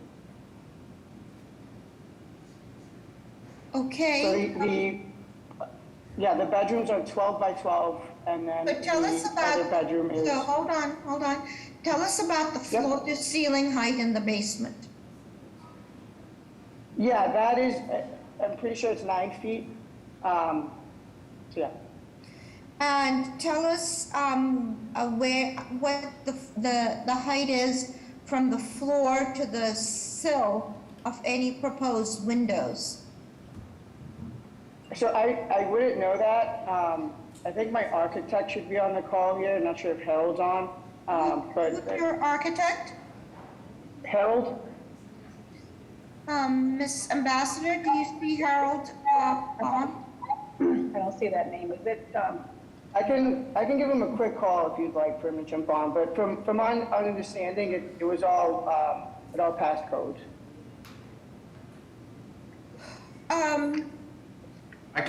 You would jump in a little? Sorry. Please, Mr. Robinson. So with respect to the basement unit, the grade does drop off right at the street. So the lower level units are fully walkout, and I believe are fully above grade. So I don't think there's any issue, and we didn't have this information, I believe, if I remember correctly. So I don't have any actual concerns about the lower level unit or space, because they do have full height windows and the grade is below. So no issue, and it has a walkout door. So I think that's not an issue. From the standpoint of the dimensions, it's not dimensioned on here, and the clearance down there is called out at 8'6" in the basement. That is floor to floor, so it's probably 7'6", I'll say, probably about a foot shorter just because of the assembly. So I think there's adequate head height down there as well. So okay.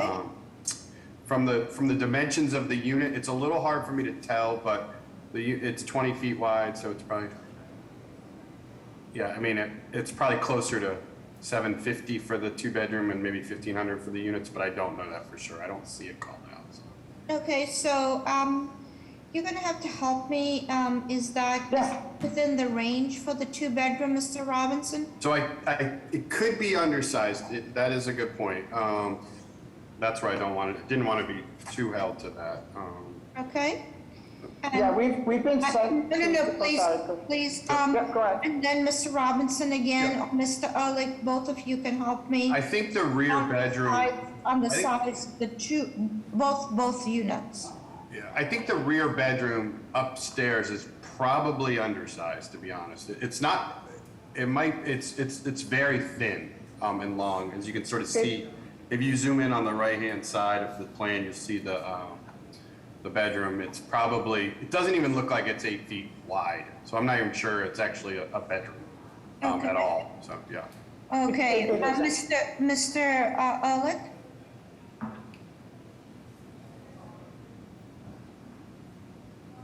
Mr. Robinson made all of the points. The architect's not on the call? I'm calling him right now so he can jump on, if you could give me like a minute. But we've been sent to zoning review twice already, and they keep saying that the only issue is the parking, which we've gone to a neighborhood for. So if Thomas Broom is here, he should know about the case.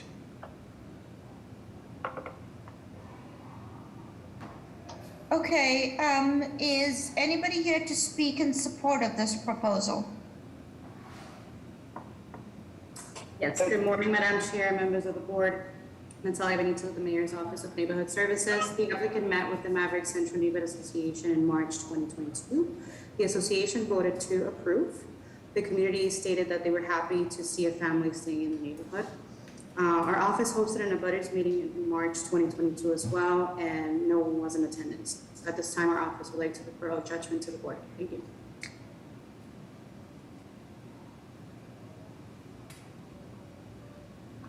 I do have the architect on call. Hold on. If you'd like to ask questions, I can Miss Ambassador, can you please help? I don't know what's going on. Yeah. Okay, may I have a motion, please? I'll make a motion to approve with the proviso that there's no building code relief. And BPDA design review, I think to maybe look one more time at these plans, I think would be good. Okay, that too. Is there, so? I'll second that, Eric. All those in favor? Aye. Any opposed? Motion carries. Calling the next case, calling BOA 126-2450, 18 Cordes Street. This is to confirm as a one-family and change to a two-family. Replace an existing sunroom and deck. Violations, Article 62, Section 8, side yards insufficient, and Article 62, Section 8, the rear yards insufficient. Name and address for the record, please.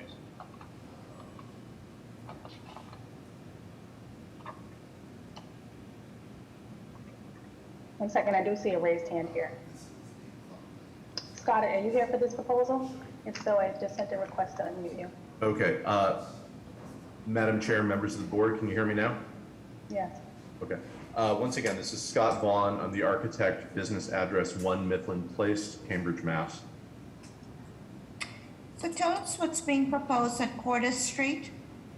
The proposal consists of two parts. The first is the conversion of the existing structure from a single-family designation to a two-family designation. When the owners, Joseph and Kathy Coote, purchased it, they purchased it with what appeared to be a basement apartment. When we went to make the application, the records showed that it was a single family, and part of this is to get officially qualified as a two-family. The other portion of this is the replacement of an existing 105 square foot sunroom with 154 square foot sunroom. So we're asking for an increase of 49 square feet And the greenhouse shown to the right of the sunroom, the Coots park in an open parking area a lot behind their building. Most of their access to the building throughout the year, in particular the winter, is through uncovered exterior stair. And the purpose of the greenhouse is to provide covered stairway for them to have safe access in and out of their residence. So tell us about that basement unit. What's the floor to ceiling height? What is the proposed size? And what's the height from floor to sill? All right, so we went through and took measurements. Overall, the height ranges from a little over 8 feet. Most of it is 7 feet, and half of the bedroom is 6 feet 11, as opposed to 7 feet.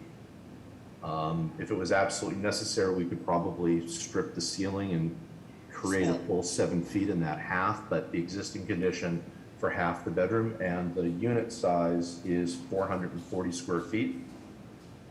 There is an existing rear door to the back. So is this a studio then? It's actually one bedroom. If you go through from the living area in the front through the kitchen, the bedroom is toward the center, but it does have an egress window. So, okay. And how long has the applicant lived in this house? I'm hoping Joe is with us. He said he was going to log in. Do you have Joe Coot as a participant? I don't see that. You said Joe Coot?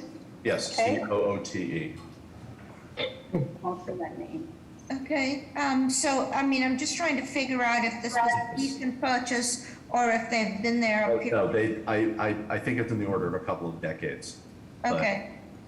So they've been there a couple of decades. And in that time, they've always used it as a single family, and now they're proposing to add that undersized basement unit of 440 square feet.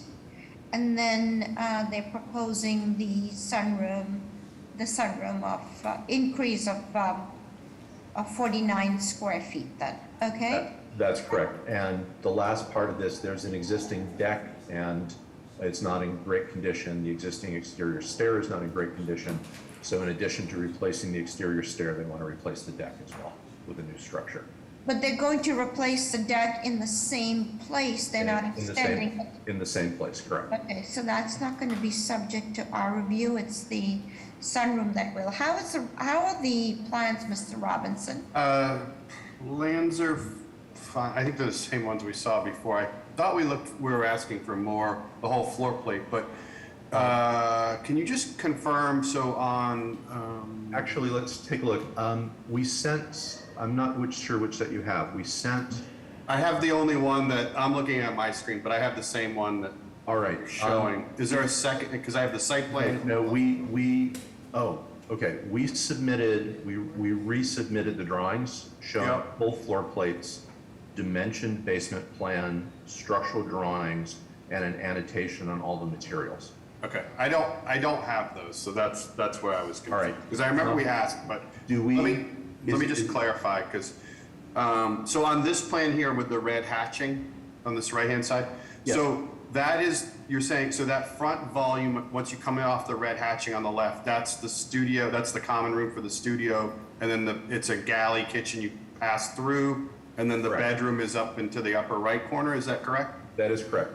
Okay, and then that egress window is the one you're talking about that's shown, it says con, I assume it's a condenser, but right above that, that's the egress window, so it is at full height, correct? Correct. Okay, and then that door to the right of that is egress from the second unit or the above unit or something? I'm not sure what that door, or it's between the units, and I appreciate the board's willingness to consider these drawings. We did file the supplemental requested drawings. Okay. That's fine. I think I understand that, and so I just don't have the full, but you said the lower level unit was 449? It is 440 square feet total. Okay. And the 49 referred to the area increase that we're requesting for the sunroom. Got it, okay. And this floor to ceiling height, Mr. Robinson, 6'11". I know, that's the, I guess probably that's obviously the, one of the issues. So can you get that to 7 feet? Other areas of the basement are at 8 feet 2 inches. Yep. There is a drop ceiling over the kitchen. Yep. And there is a partial drop ceiling over the bedroom. I'm assuming that partial drop ceiling was boxed down. And again, on the order of half of the bedroom area is 7. Yep. Only the rest of it is about 6'11". Given that it's been lowered, I'm assuming to cover plumbing chases and some other wiring issues, have a high level of confidence we can create a 7-foot continuous. Okay, I mean, obviously you can have interruptions, you probably know by the code, but I think if we grant this, I think we should grant it with no building code relief for that height, and then they can work it out on their own, so. Go ahead, sorry. No other questions from me unless the board has some. Any questions from the board? A question of the architect. What's the zoning district that this is in? It is a 3F 2000. And what's the lot size of this? Give me just a moment. It's 2,296 square feet. Okay, so basically you, with this 2,000 square foot lot, you could only essentially build a 1-family on it. Okay. Is there anybody here to speak either in support or in opposition of this proposal? Good morning, Madam Chair, members of the board. Caitlin Stapleton of the Mayor's Office of Neighborhood Services. Our office held an abutters meeting on January 31st, and any questions were addressed by the applicant. Since the meeting, I have received no letters of support and no letters of opposition. At this time, we'd like to defer to the board. Thank you. Madam Chair, I have no raised hands. Mr. Hampton, what did the BPDA recommend on this? Thank you, Madam Chair, members of the board, Jeff Hampton. This was supposed to go for a public hearing back in April, and we recommended deferral because we didn't have sufficient plans. Okay. Okay, may I have a motion, please? I will make a motion to approve with BPDA design review, since we don't have the update plans, but it sounds like they're around, to verify any of the dimensional characteristics and with no building code relief for ceiling height in the lower level. Is there a second? Second that. All those in favor? Aye. Any opposed? Motion carries. Calling the next case, calling BOA. Calling the next case, calling BOA 130-7908, 415 to 417 Blue Hill Avenue. This is a change of use for cannabis warehouse facility. The violations, Article 50, Section 28.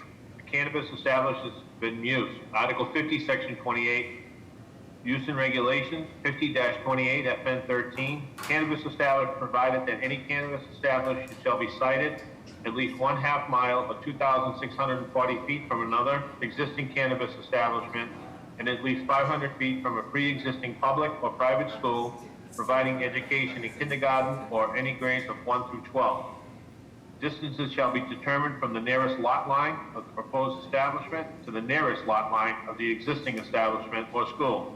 Use approval shall be acceptable to the applicant only. Name and address for the record, please.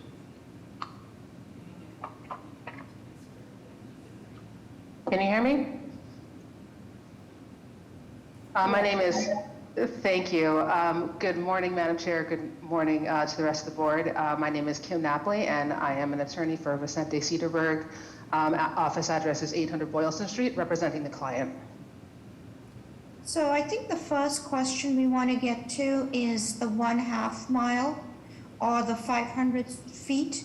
Tell us what's applicable on this one. Sure, so we are not within 500 feet of a school. However, we are within 1/2 mile from another marijuana establishment. Is this the one at Grove Hall? That's right, yes. Okay, and so are you on the other side of Grove Hall or further down Blue Hill Ave? It's in Grove Hall, it's a block away. Okay. Okay, and so this is going to be a warehouse facilities? Will there be any other sale, will there be any sale occurring on this? No, this is a proposal for cannabis delivery and wholesale distribution of cannabis products operation. There will be no public component to this operation. All sales are made off-site at the consumer's verified residence.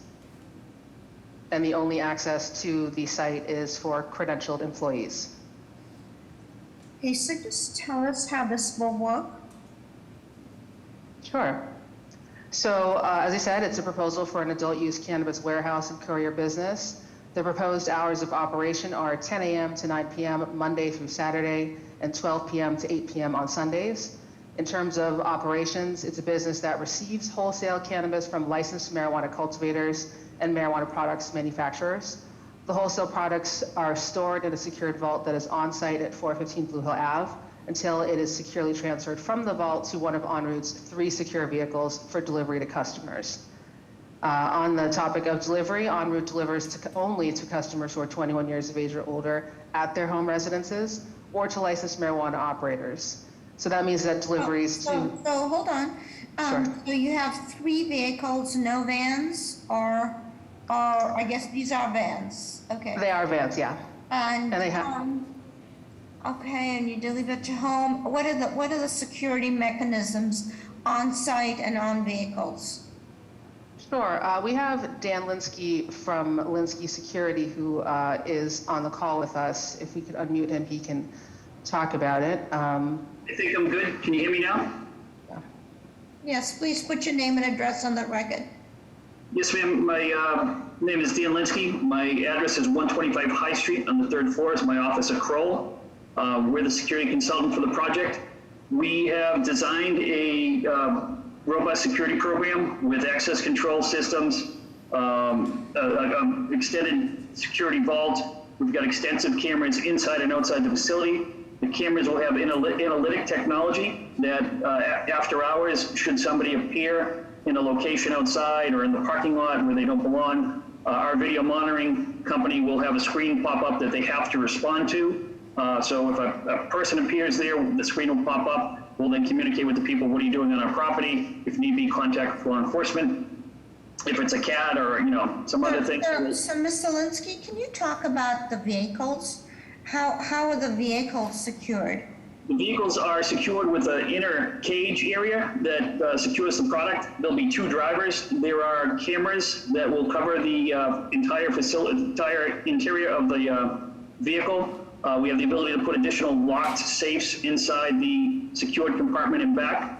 We've got GPS technology that tracks the vehicle. If the vehicle goes off a GPS path, our security operations center will call them and ask why. Was there a detour? Or, And sorry, will they be, so it looks like on what we have on the screen right now is that it will be identified as a cannabis delivery vehicle. Is that true? No, I think that was just for, from the place we're getting the vehicles from. That's their marketing thing. Our vehicles will be unmarked. Okay.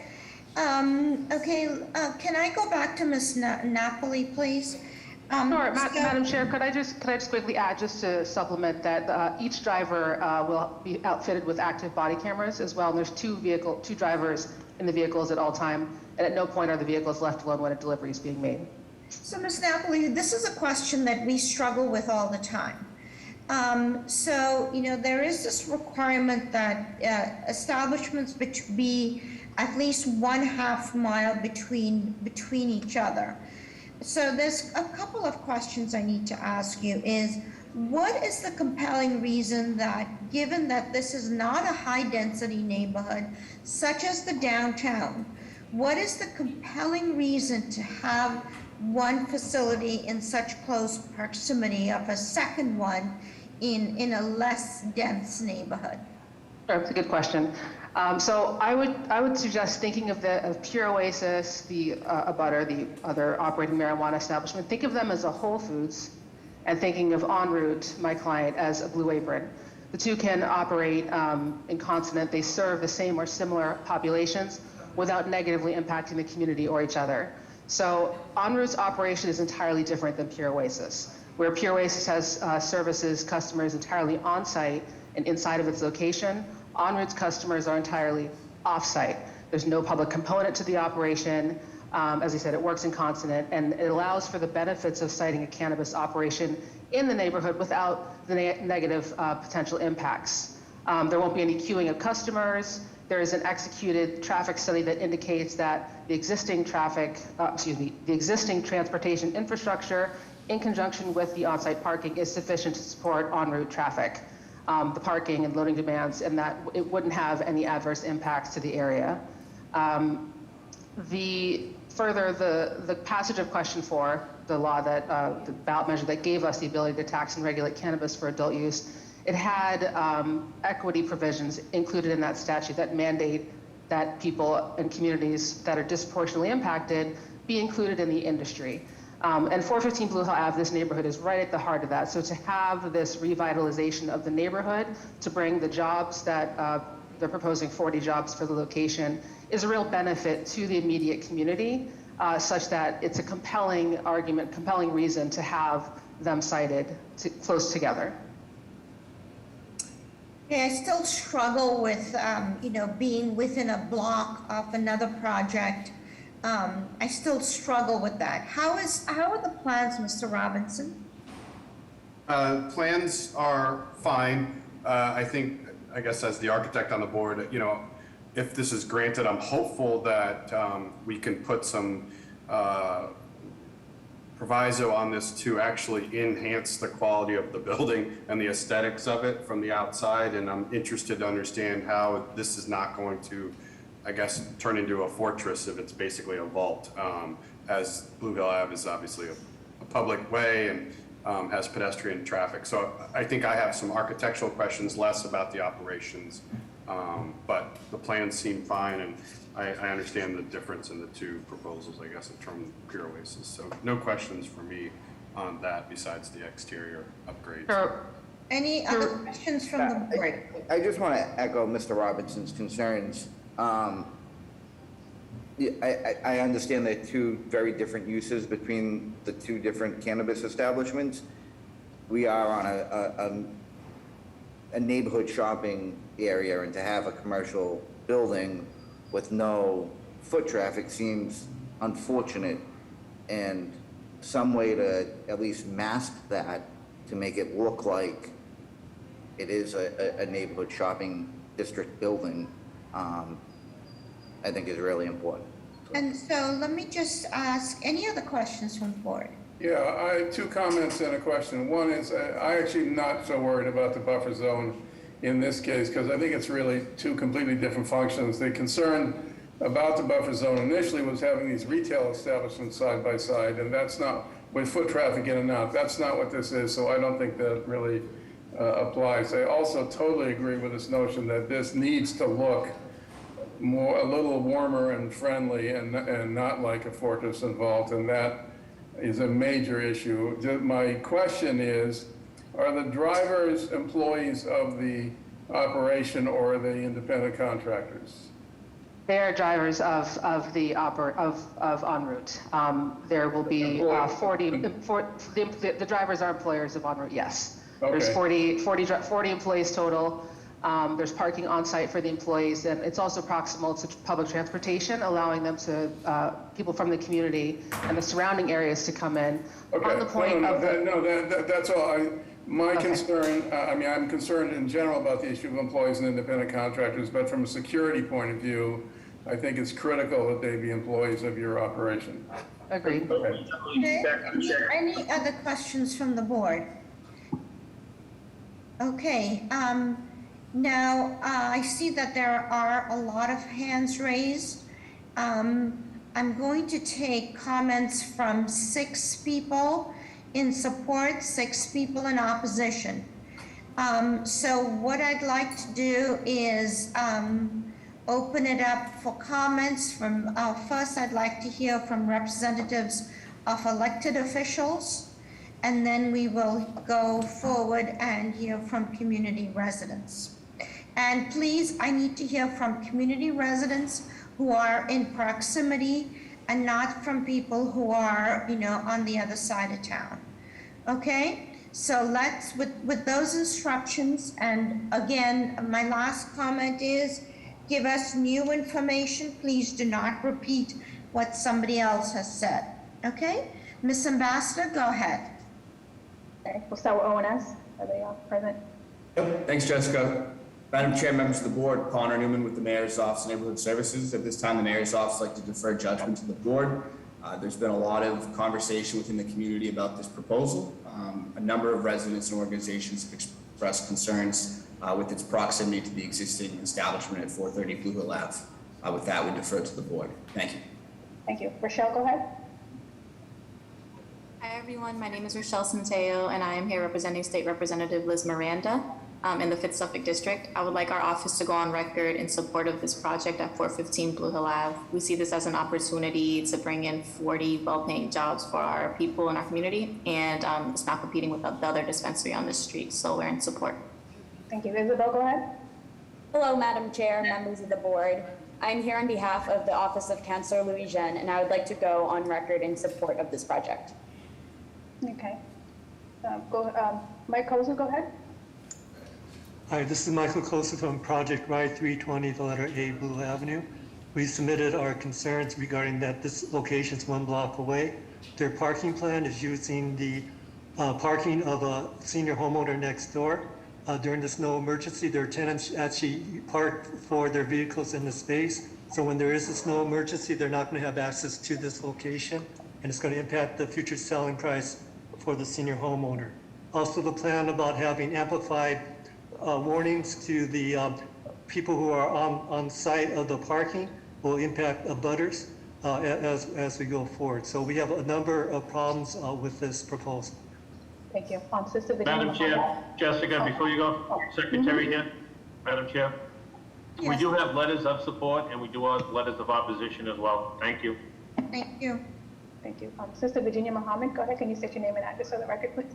Sister Virginia Muhammad, Grove Hall Neighborhood Development Corporation, 7 Cheney Street, right up in Grove Hall. Madam Chair, there are a minimum of 8 churches in the location that vehemently object to the location of this establishment. We obviously, you know about the 2 schools. There are several organizations, community-based organizations, of which we are one. You have letters from all of them. You have the largest resident association. Grove Hall is one of the most highly density populated areas. We do not believe that equity for Grove Hall means an oversaturation of smoke shop, liquor stores, and marijuana establishments, which do not lead to a healthy community. It's very hard for me to see where 40 jobs will come out of this small building. I myself have worked in that building for over 28 years. And with given the amount, even operating 7 days a week, even on Sundays, where the 40 jobs come from, it's hard for me to see. Grove Hall NBC vehemently objects to the establishment of this marijuana facility. We do support, however, affordable housing, which is what they can. Thank you, Sister Virginia. But before I don't know, I just want to confirm that that everybody's aware that this is a 6-member board, and to get approval, you need approval of 5 of the 6 members. And so I'm not sure that I stated this earlier, but I want to just make sure that everybody is aware of that, and that the applicant can request a deferral, an administrative deferral, until there's a 7-member board.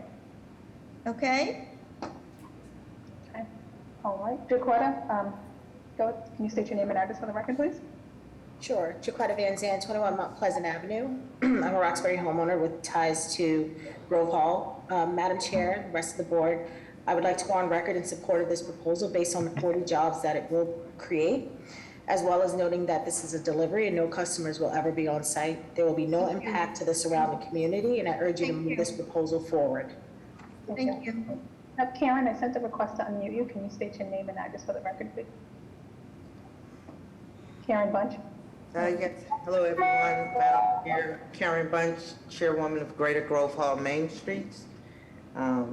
Greater Grove Hall Main Streets, we have no opposition, just as we had supported, or no opposition, excuse me, in reference to cases.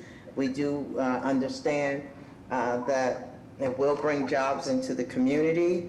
Also, we do understand that there has been opposition, and that our board has mentioned that the building that's been there for some time, that's been dilapidated, that it would brighten up the community. Thank you, thank you.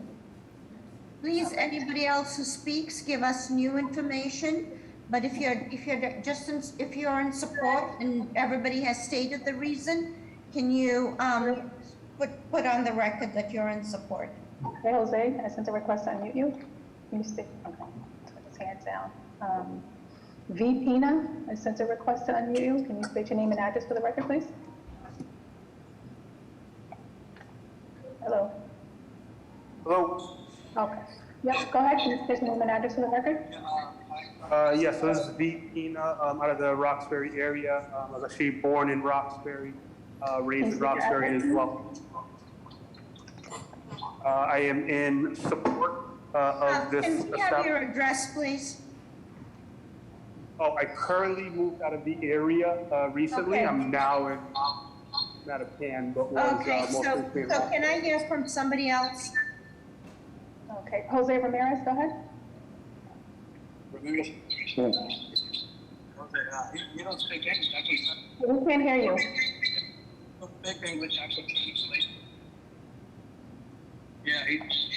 Can we come back to Mr. Ramirez after we hear from a couple of the people? Yep, Darnell Singleton, go ahead. Can you state your name and address for the record, please?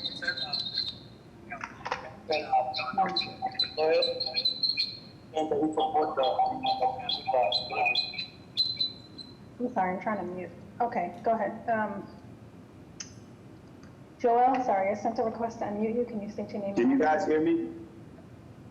Joel, This is okay. Darnell Yep. Singleton. Can you hear me? Go ahead, Darnell. Yep. Can you Yes. state your name and address for the record, please? Yes, Darnell Singleton, owner of Food for the Soul. Address is 6. I'm in a meeting. Grove Hall, and we would like to be on record for supporting the en route cannabis delivery. We feel as though it'll be great for. Thank you. Thank you. Hello? Yeah, I'm sorry. Mr. Mohammed, I sent a request to unmute you. Can you state your name and address for the record, please? Mute is in. Okay. Sorry, and I have no additional raised hands here. Yes, yes, you do. Yeah, you know. Can you hear me? Can you hear me? Sorry, we can hear you now.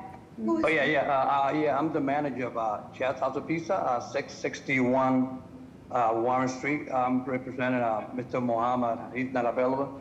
Yeah, we support the cannabis delivery. It'll be great for a young guy got a house. Okay. I do have one more Thank you. hand, Mr. Culpepper. Okay, go ahead. Thank you, Madam Chair. I do have a different issue to raise, and it has to Please put your name and address on the record. Reverend Minyard Culpepper, pastor of the Pleasant Hill Baptist Church at 155 Humboldt Avenue. I also live at 254 Seaver Street, right around the corner from Grove. I did want to raise the issue with regard to spot zoning, and it's interesting that arguments that have been made by those that have presented the design of the building and by the lawyer for the owner of the building, they all presented that this is a different design from the neighborhood. And when you look at spot zoning, this is exactly what spot zoning is. Actually, spot zoning is something else. We are going through an appeal process, an appeal for a variance or a change from the zoning. So So Reverend Culpepper, can you please? If I may? Tell us, because we really want to make sure we're doing this justice. We want to listen to your opinion, but please tell us more precisely why you're in support or in opposition. With regard to the zoning and with regard to the distance, again, I come back to spot zoning because that's exactly what spot zoning is. Spot zoning is when there's a classification difference from what's being put there, and spot zoning goes directly to the heart of this case with regard to where it's being cited.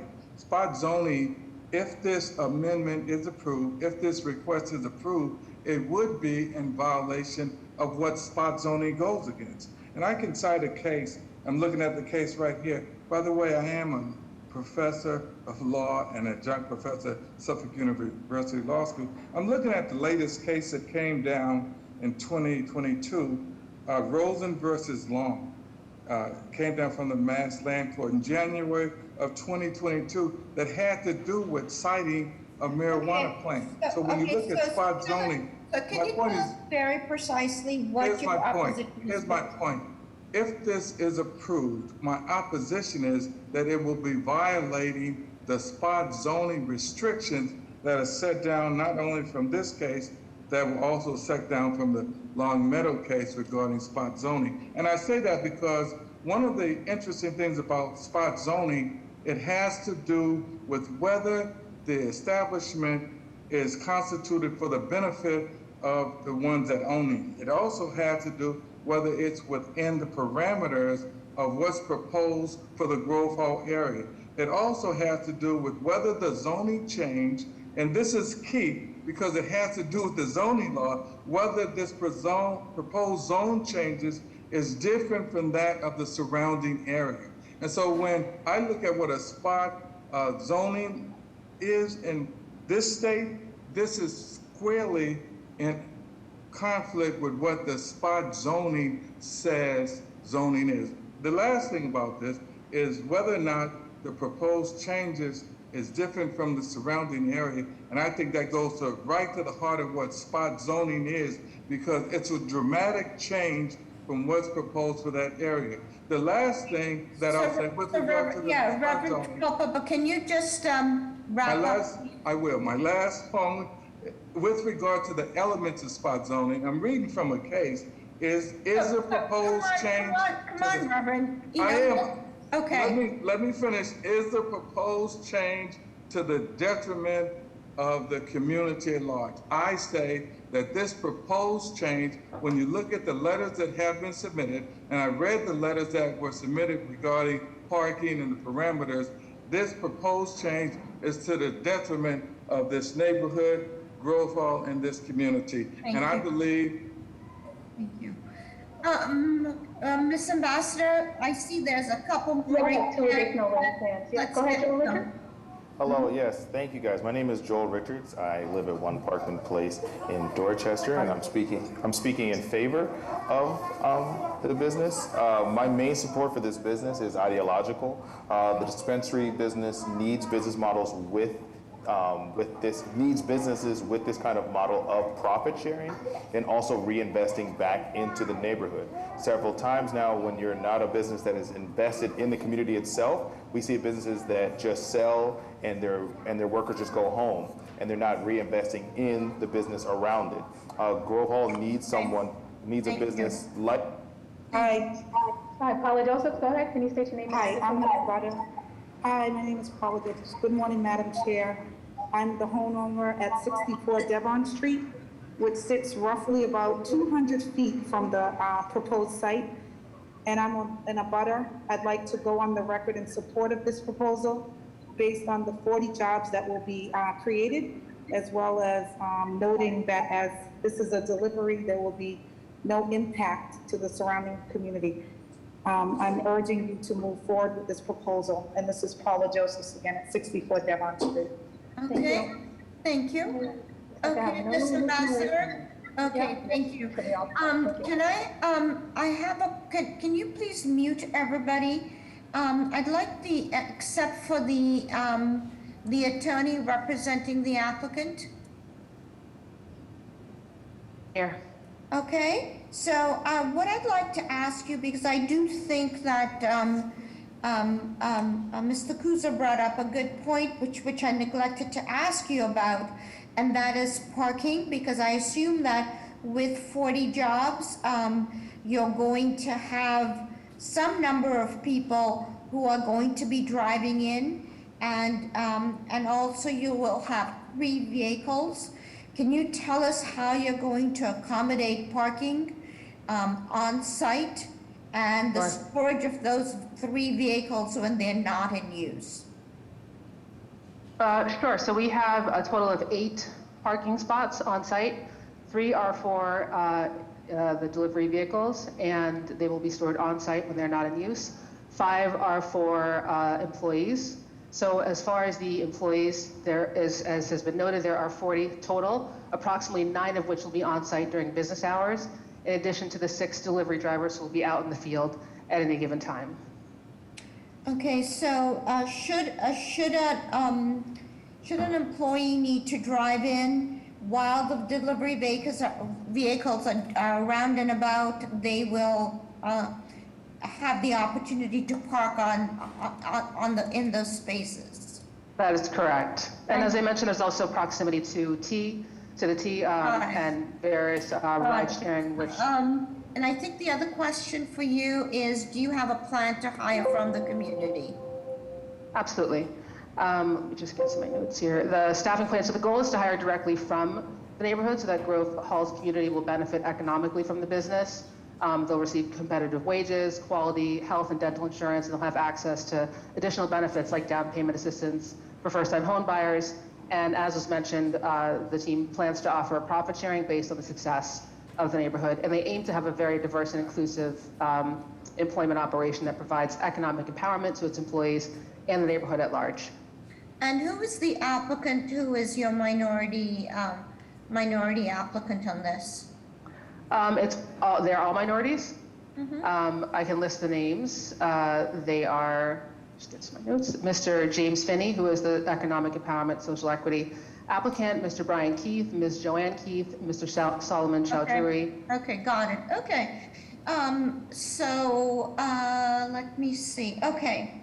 So given all that information, may I have a motion, please? Yeah, I'll make a motion to approve with BPDA design review, and I think the design review needs to be very aggressive about the facade to make sure that it enhances the community as opposed to making it feel like it is fortressed from the community. I second that.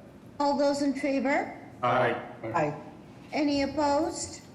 And I will put my voice in opposition. So motion carries with that proviso.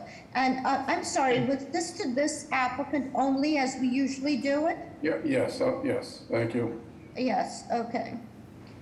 Okay, so motion. Thank you, Madam Chair. Okay. Thank you. Call the next case, calling DOA 116-6627-60 Stanley Street. This is to construct a new 3-story, updated to 8 residential units with 9 off-street parking to combine 2 existing parcels consisting of 3,995 square feet and 4,099 square feet to create a new lot consisting of 8,095 square feet. Violation Article 65, Section 8, 9 family use is forbidden. Article 65, Section 65-41.5, parking size and maneuverability. Article 65, Section 65-41, off-street loading requirement.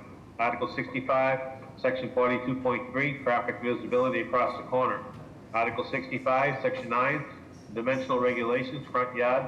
Article 65, Section 9, dimensional regulations, the FAR, MAC. Article 65, Section 9, the building has excessive stories.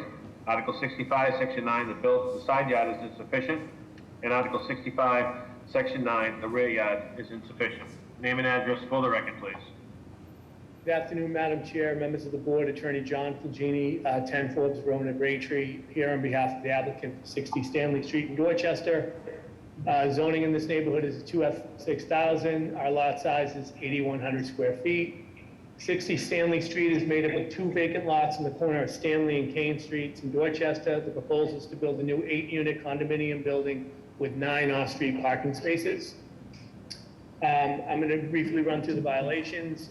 Use, we have multifamily residential in the 2F zone. Front yard setback is 15. We are at 9 at the bay, but 11 from the side of the house. FAR is a 0.4, we're at a 1.1. Building height in stories is 2.5 stories, 35 feet. We comply with feet at 31, we are at 3 stories. Side yard is 10, we are at 4 feet and 6 feet.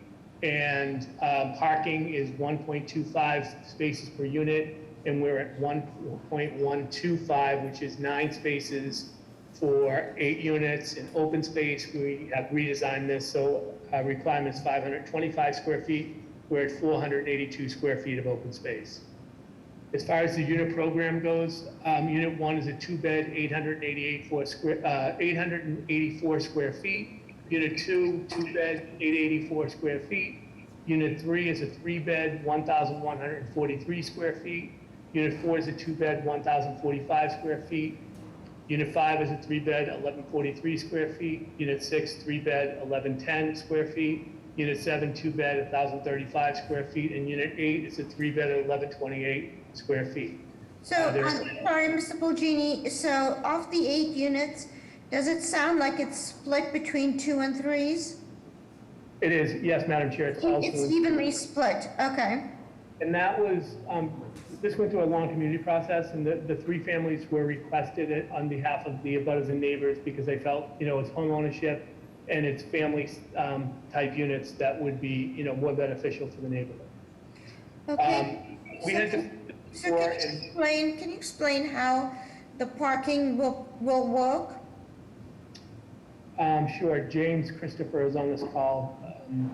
Could weigh in on that. Good morning, Madam Chair, members of the board. The vehicular access will be to the rear of the site off of Kane Street, fed into a single lane parking lot to the right. We'll be able to pull in, nose in, and back out and drive nose out to Kane Street. Okay, and how is off-street loading proposed to work? There is room at the site in the rear of the driveway to facilitate a moving truck, as you can see illustrated here, Madam Chair. But, as with any residential building in Boston, we would encourage our tenants to seek the appropriate parking and moving permits for when they do move, and then use the parking lot as a spillover where applicable. I would take an opposite approach and say, yeah, get your moving vehicles off the street so abutters are not impacted. Yeah, and we certainly can accommodate that in the parking lot, Madam Chair. Yep. So I believe that would function as well. Okay. How are the plans, Mr. Robinson? Plans are good. I know we've seen this feels like a couple times, maybe we've seen it before, but I think some of the adjustments to the setbacks on the street are better. I still think, obviously, it's a street of Victorians, large Victorians and 3s, and this is a little bit out of scale and sort of different design. But I think the adjustments have made it better, and I think the BPDA can maybe help it along in terms of the final design review if we decide to proceed forward. So no questions on the proposed layouts or the units, and there are 3 roof decks, I believe, through Hatch, but. Just wanted to confirm that with Mr. Christopher. That's correct, Mr. Robinson. Yes, and they're specific to 3 units. No other questions from me. Madam Chair, Mr. D'Amico spoke. I don't know if he's on.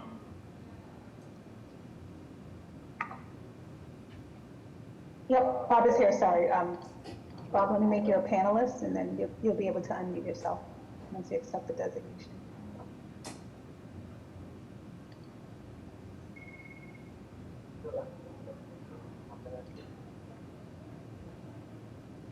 Bob, go ahead.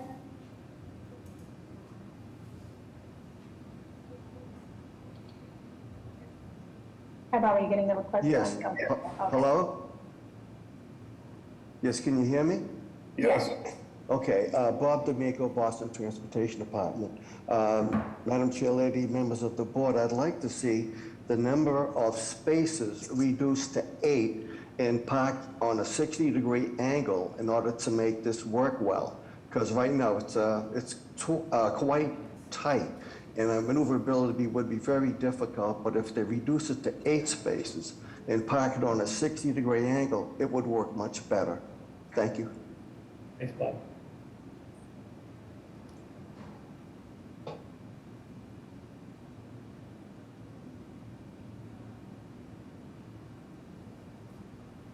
For some reason, Madam Chair, we can't hear what you're saying.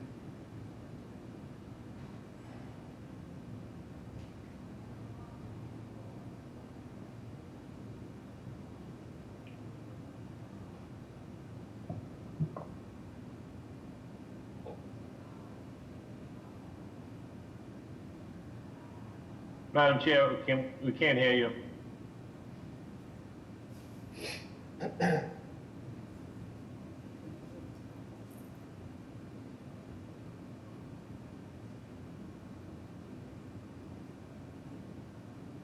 Madam Chair, can you check your audio?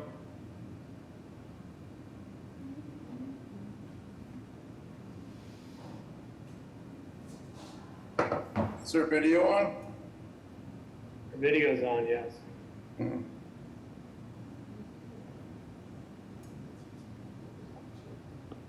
And it says she's unmuted.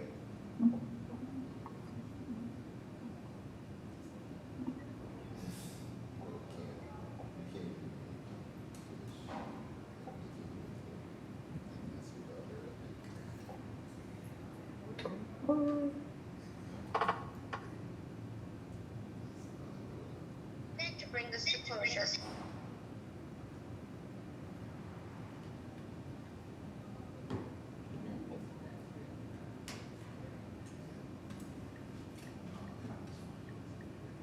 Hi, Mark, it's Tom. If Mr. Ehrlich, if you wouldn't mind chairing this meeting until we can get Christine's technical issues sorted out, we would appreciate that. Okay. All right, so we're on 96 Stanley, excuse me. Mr. Robinson weighed in on the design. Of any questions from the board? If not, is there anyone here to speak either for or against? Good afternoon, Madam Chair, members of the board. Denise DeSantos from the Mayor's Office of Neighborhood Services. The applicant went through a few different community meetings with direct abutters and the association. Direct abutters did have concern around parking and green space. The association did remain neutral on this proposal, and at this time, our office would like to defer to the board. Thank you. Thank you. Mr. Chair, Secretary, here, we do have letters of support. Only letters of support, no letters of opposition? Mr. Chairman, this is Joe McGecker with City Council, Frank Baker's office. Would like to go on record in support. And then are you all set with the secretary? Any other raised hands? Yeah. Alfred, go ahead. Mr. Chairman, my name is Alfred Kiranga from 43 Stanley Street, Dorchester. I'm a neighbor to this development, and I'm here to support the project. Thank you. Thank you. Can I have no additional raised hands? Okay, can I have a motion then? I'll make a motion to approve with BPDA design review as well as BTE review to ensure the parking works. I'll second that motion, Secretary. All right, there's a motion and a second. All those in favor? Aye. Aye. Any opposed? The motion passes. Thank you, Mr. Thank O. you. Thank you for your time. Looks like Madam Chair is back, so I'll call the last case of the day, calling case BOA 126-9870, 75R to 75BR West Milton Street. And this is demolition of an existing single-family dwelling, accessory building in a 1F 6,000 subdistrict, High Park neighborhood zone. The lot plots a 2F 5,000 subdistrict in an existing 3-family dwelling. It consists of a 3-family townhouse structure. The violation to Article 69, Section 9, the lot area is insufficient. Article 69, Section 9, the usable open space is insufficient. Article 69, Section 9, the front yard's insufficient. Article 69, Section 9, the side yard's insufficient. And Article 69, Section 9, the rear yard is insufficient. Name and address for the record, please. Hi, Matthew, was that you from High Point? Yes, Matthew here. Madam Chair, members of the board, my name is Matthew Moore with High Point Engineering, business at 980 Washington Street in Dedham, representing Joanne and Bernard Coleman at 75 R West Milton. We were before the board on April 5th, and the board had some mixed feelings about our 3-unit proposal, in which we received the recommendation to deny without prejudice. Since that last EBA meeting, we've had a community meeting with the Reville Watch, and we received some overwhelming feedback from the community, so we wanted to put some more context onto the three-unit construction here. Hold on, let's backtrack for a minute. So what's the zoning district here?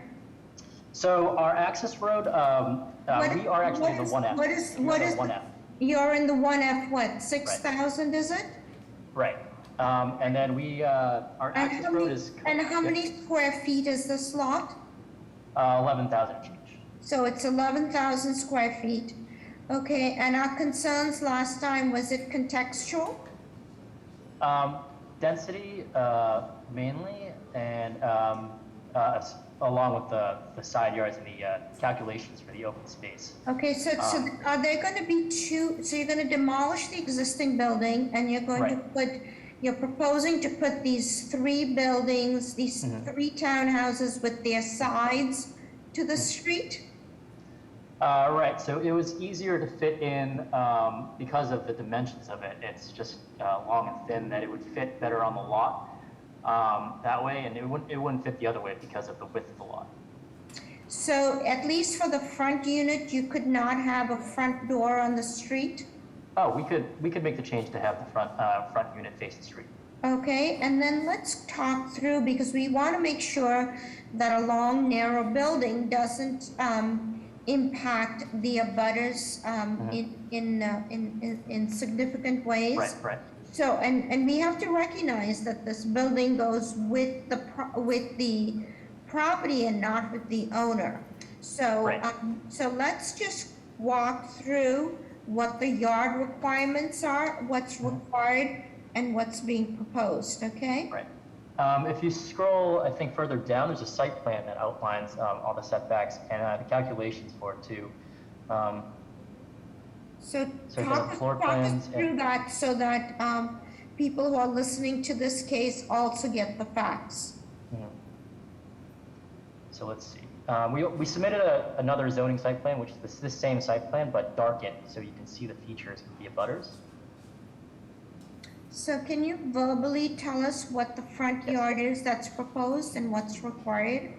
Yeah, the front yard right now is at 50.2 feet, and the minimum required was 25. This is existing conditions.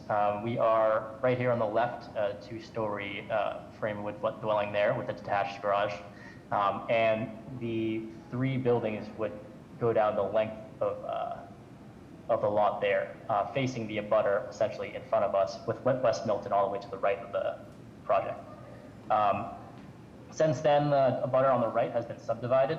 Their 1-story garage. So please, so tell us what the side yard requirement is that is proposed and what's required. Our side yard requirement is 10 feet, and it's 8 feet against the deck, if you count the deck as a structure. But if it's to the house, then it's 12 and change. There's no overhang. And what's please just answer me directly to the point. Okay, and what's required by zoning? 10 feet required for side yard, and we're giving 8. You're getting to 8. Okay, how about the rear yard? Rear yard is 40 feet, and we're giving 18.2. 40 feet, and you're getting to 18. And so what would be the distance from the proposed last wall of this development to the rear abutter? To their wall. Right, it would be greater than 40 feet. So to the rear, you're talking about to the bottom of the site plan, correct? Yeah. So there's no immediate structure down below. So to the bottom corner, let's say our bottom right-hand corner of the structure all the way down to their bottom left, would be greater than 40. I can get an exact dimension here if you want to give me a second. I can open the CAD plan. And Mr. Robinson, this is not directly on West Milton Street, it's on a side street?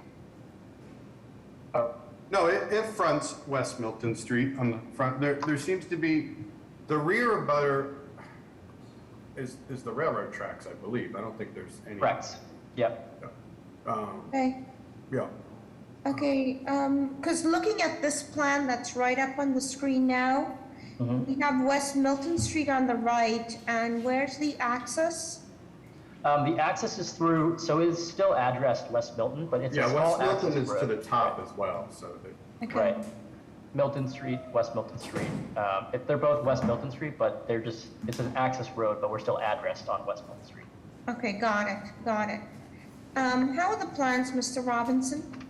The plans are fine. I mean, I think they're the same we saw last time. I think that, to be honest, I just have sort of a similar issue with just this typology going into this area. It just seems, I know there's one across the street, which I think it fronts a parking lot, so it's slightly different, but I'm just not sure if this is the right precedent for this run, but no other questions in terms of what's being proposed. I've given Excuse me, any questions from the board? Is anybody here to speak either in support or in opposition of this proposal? Yes, Madam Chair, members of the board, Connor Newman with the Mayor's Office of Neighborhood Services. This time, the Mayor's Office would like to defer judgment to the board. Background information on the community process. Our office held a butters meeting on February 15th. During the meeting, there was one resident who spoke favorably of the applicants, saying they've been good neighbors to the community and were in support. Another resident expressed concerns, though, with the proposed density, saying that 3 units would create too much congestion and noise for that area. The applicants presented to the Reedville Watch in May and received mixed feedback from the project. There were some objections regarding setbacks, green space, and size of the project. Our office has received no letters of opposition and 4 signatures of support. With that, we turn it back to the board. Thank you. Madam Chair, I have no reasons. Oh, go ahead. Madam Chair, Secretary here. I'm sorry, we have 4 letters that the Mayor's office wrote, but we also have 2 opposition letters. Okay. And they are opposed to a 3. They're opposed to a 3? Correct. Okay. So given that mixed bag of information, recognizing that this is a 1 of 6,000 zone, however, this lot is 11,000 square feet. I guess the decision is three families, 2 dens, and is the building type appropriate? So may I have a motion? Madam Chair, before you get to a motion, can I say something? Oh, yes, please. I meant to ask. I'm sorry. DPA. No, that's fine. So when this went, we have the same concerns as Mr. Robinson does. It's a 1-family district, but it's a townhouse design. And our recommendation at the time back in April was to deny it without prejudice so that they could come back with a better design because it just doesn't fit the neighborhood. And, we need to see more open space as well. So we're having a big issue as, some members of the board may in terms of the design. So we recommended denial without prejudice, and hopefully they can go back to the drawing board and come back with something a little more appropriate. Okay. If I may just, we have a previous design for a duplex, so if we would like to. So what's before us is a 3-family, and that's all we can consider. And you've talked through the 3-family with us. Right. So may I have a motion, please? I'm going to make a motion to deny without prejudice. I completely agree with Mr. Hampton, Mr. Robinson, and also with your comment about that it needs to face front the street. I think this is really important in an urban environment. So motion is to deny without prejudice. I'll second that, Eric. All those in favor? Aye. Aye. Any opposed? Motion carries. Good luck. Thank you. The meeting is now adjourned. Congratulations, Joe. Yay. How's the baby doing? Baby's all right. How's Mom and Dad doing? Mom's good. She's hanging in there. Recording stopped. Okay, and we'll see you all in July, so have a great 4th. And just know that after the 15th, if all goes according to plan, we will be in person. So if you have any concerns medically or otherwise, please let Tom and Steph know. I don't need to be CC'd on that, okay? So good luck and see you then. Bye. Thank you. Thank you. Bye.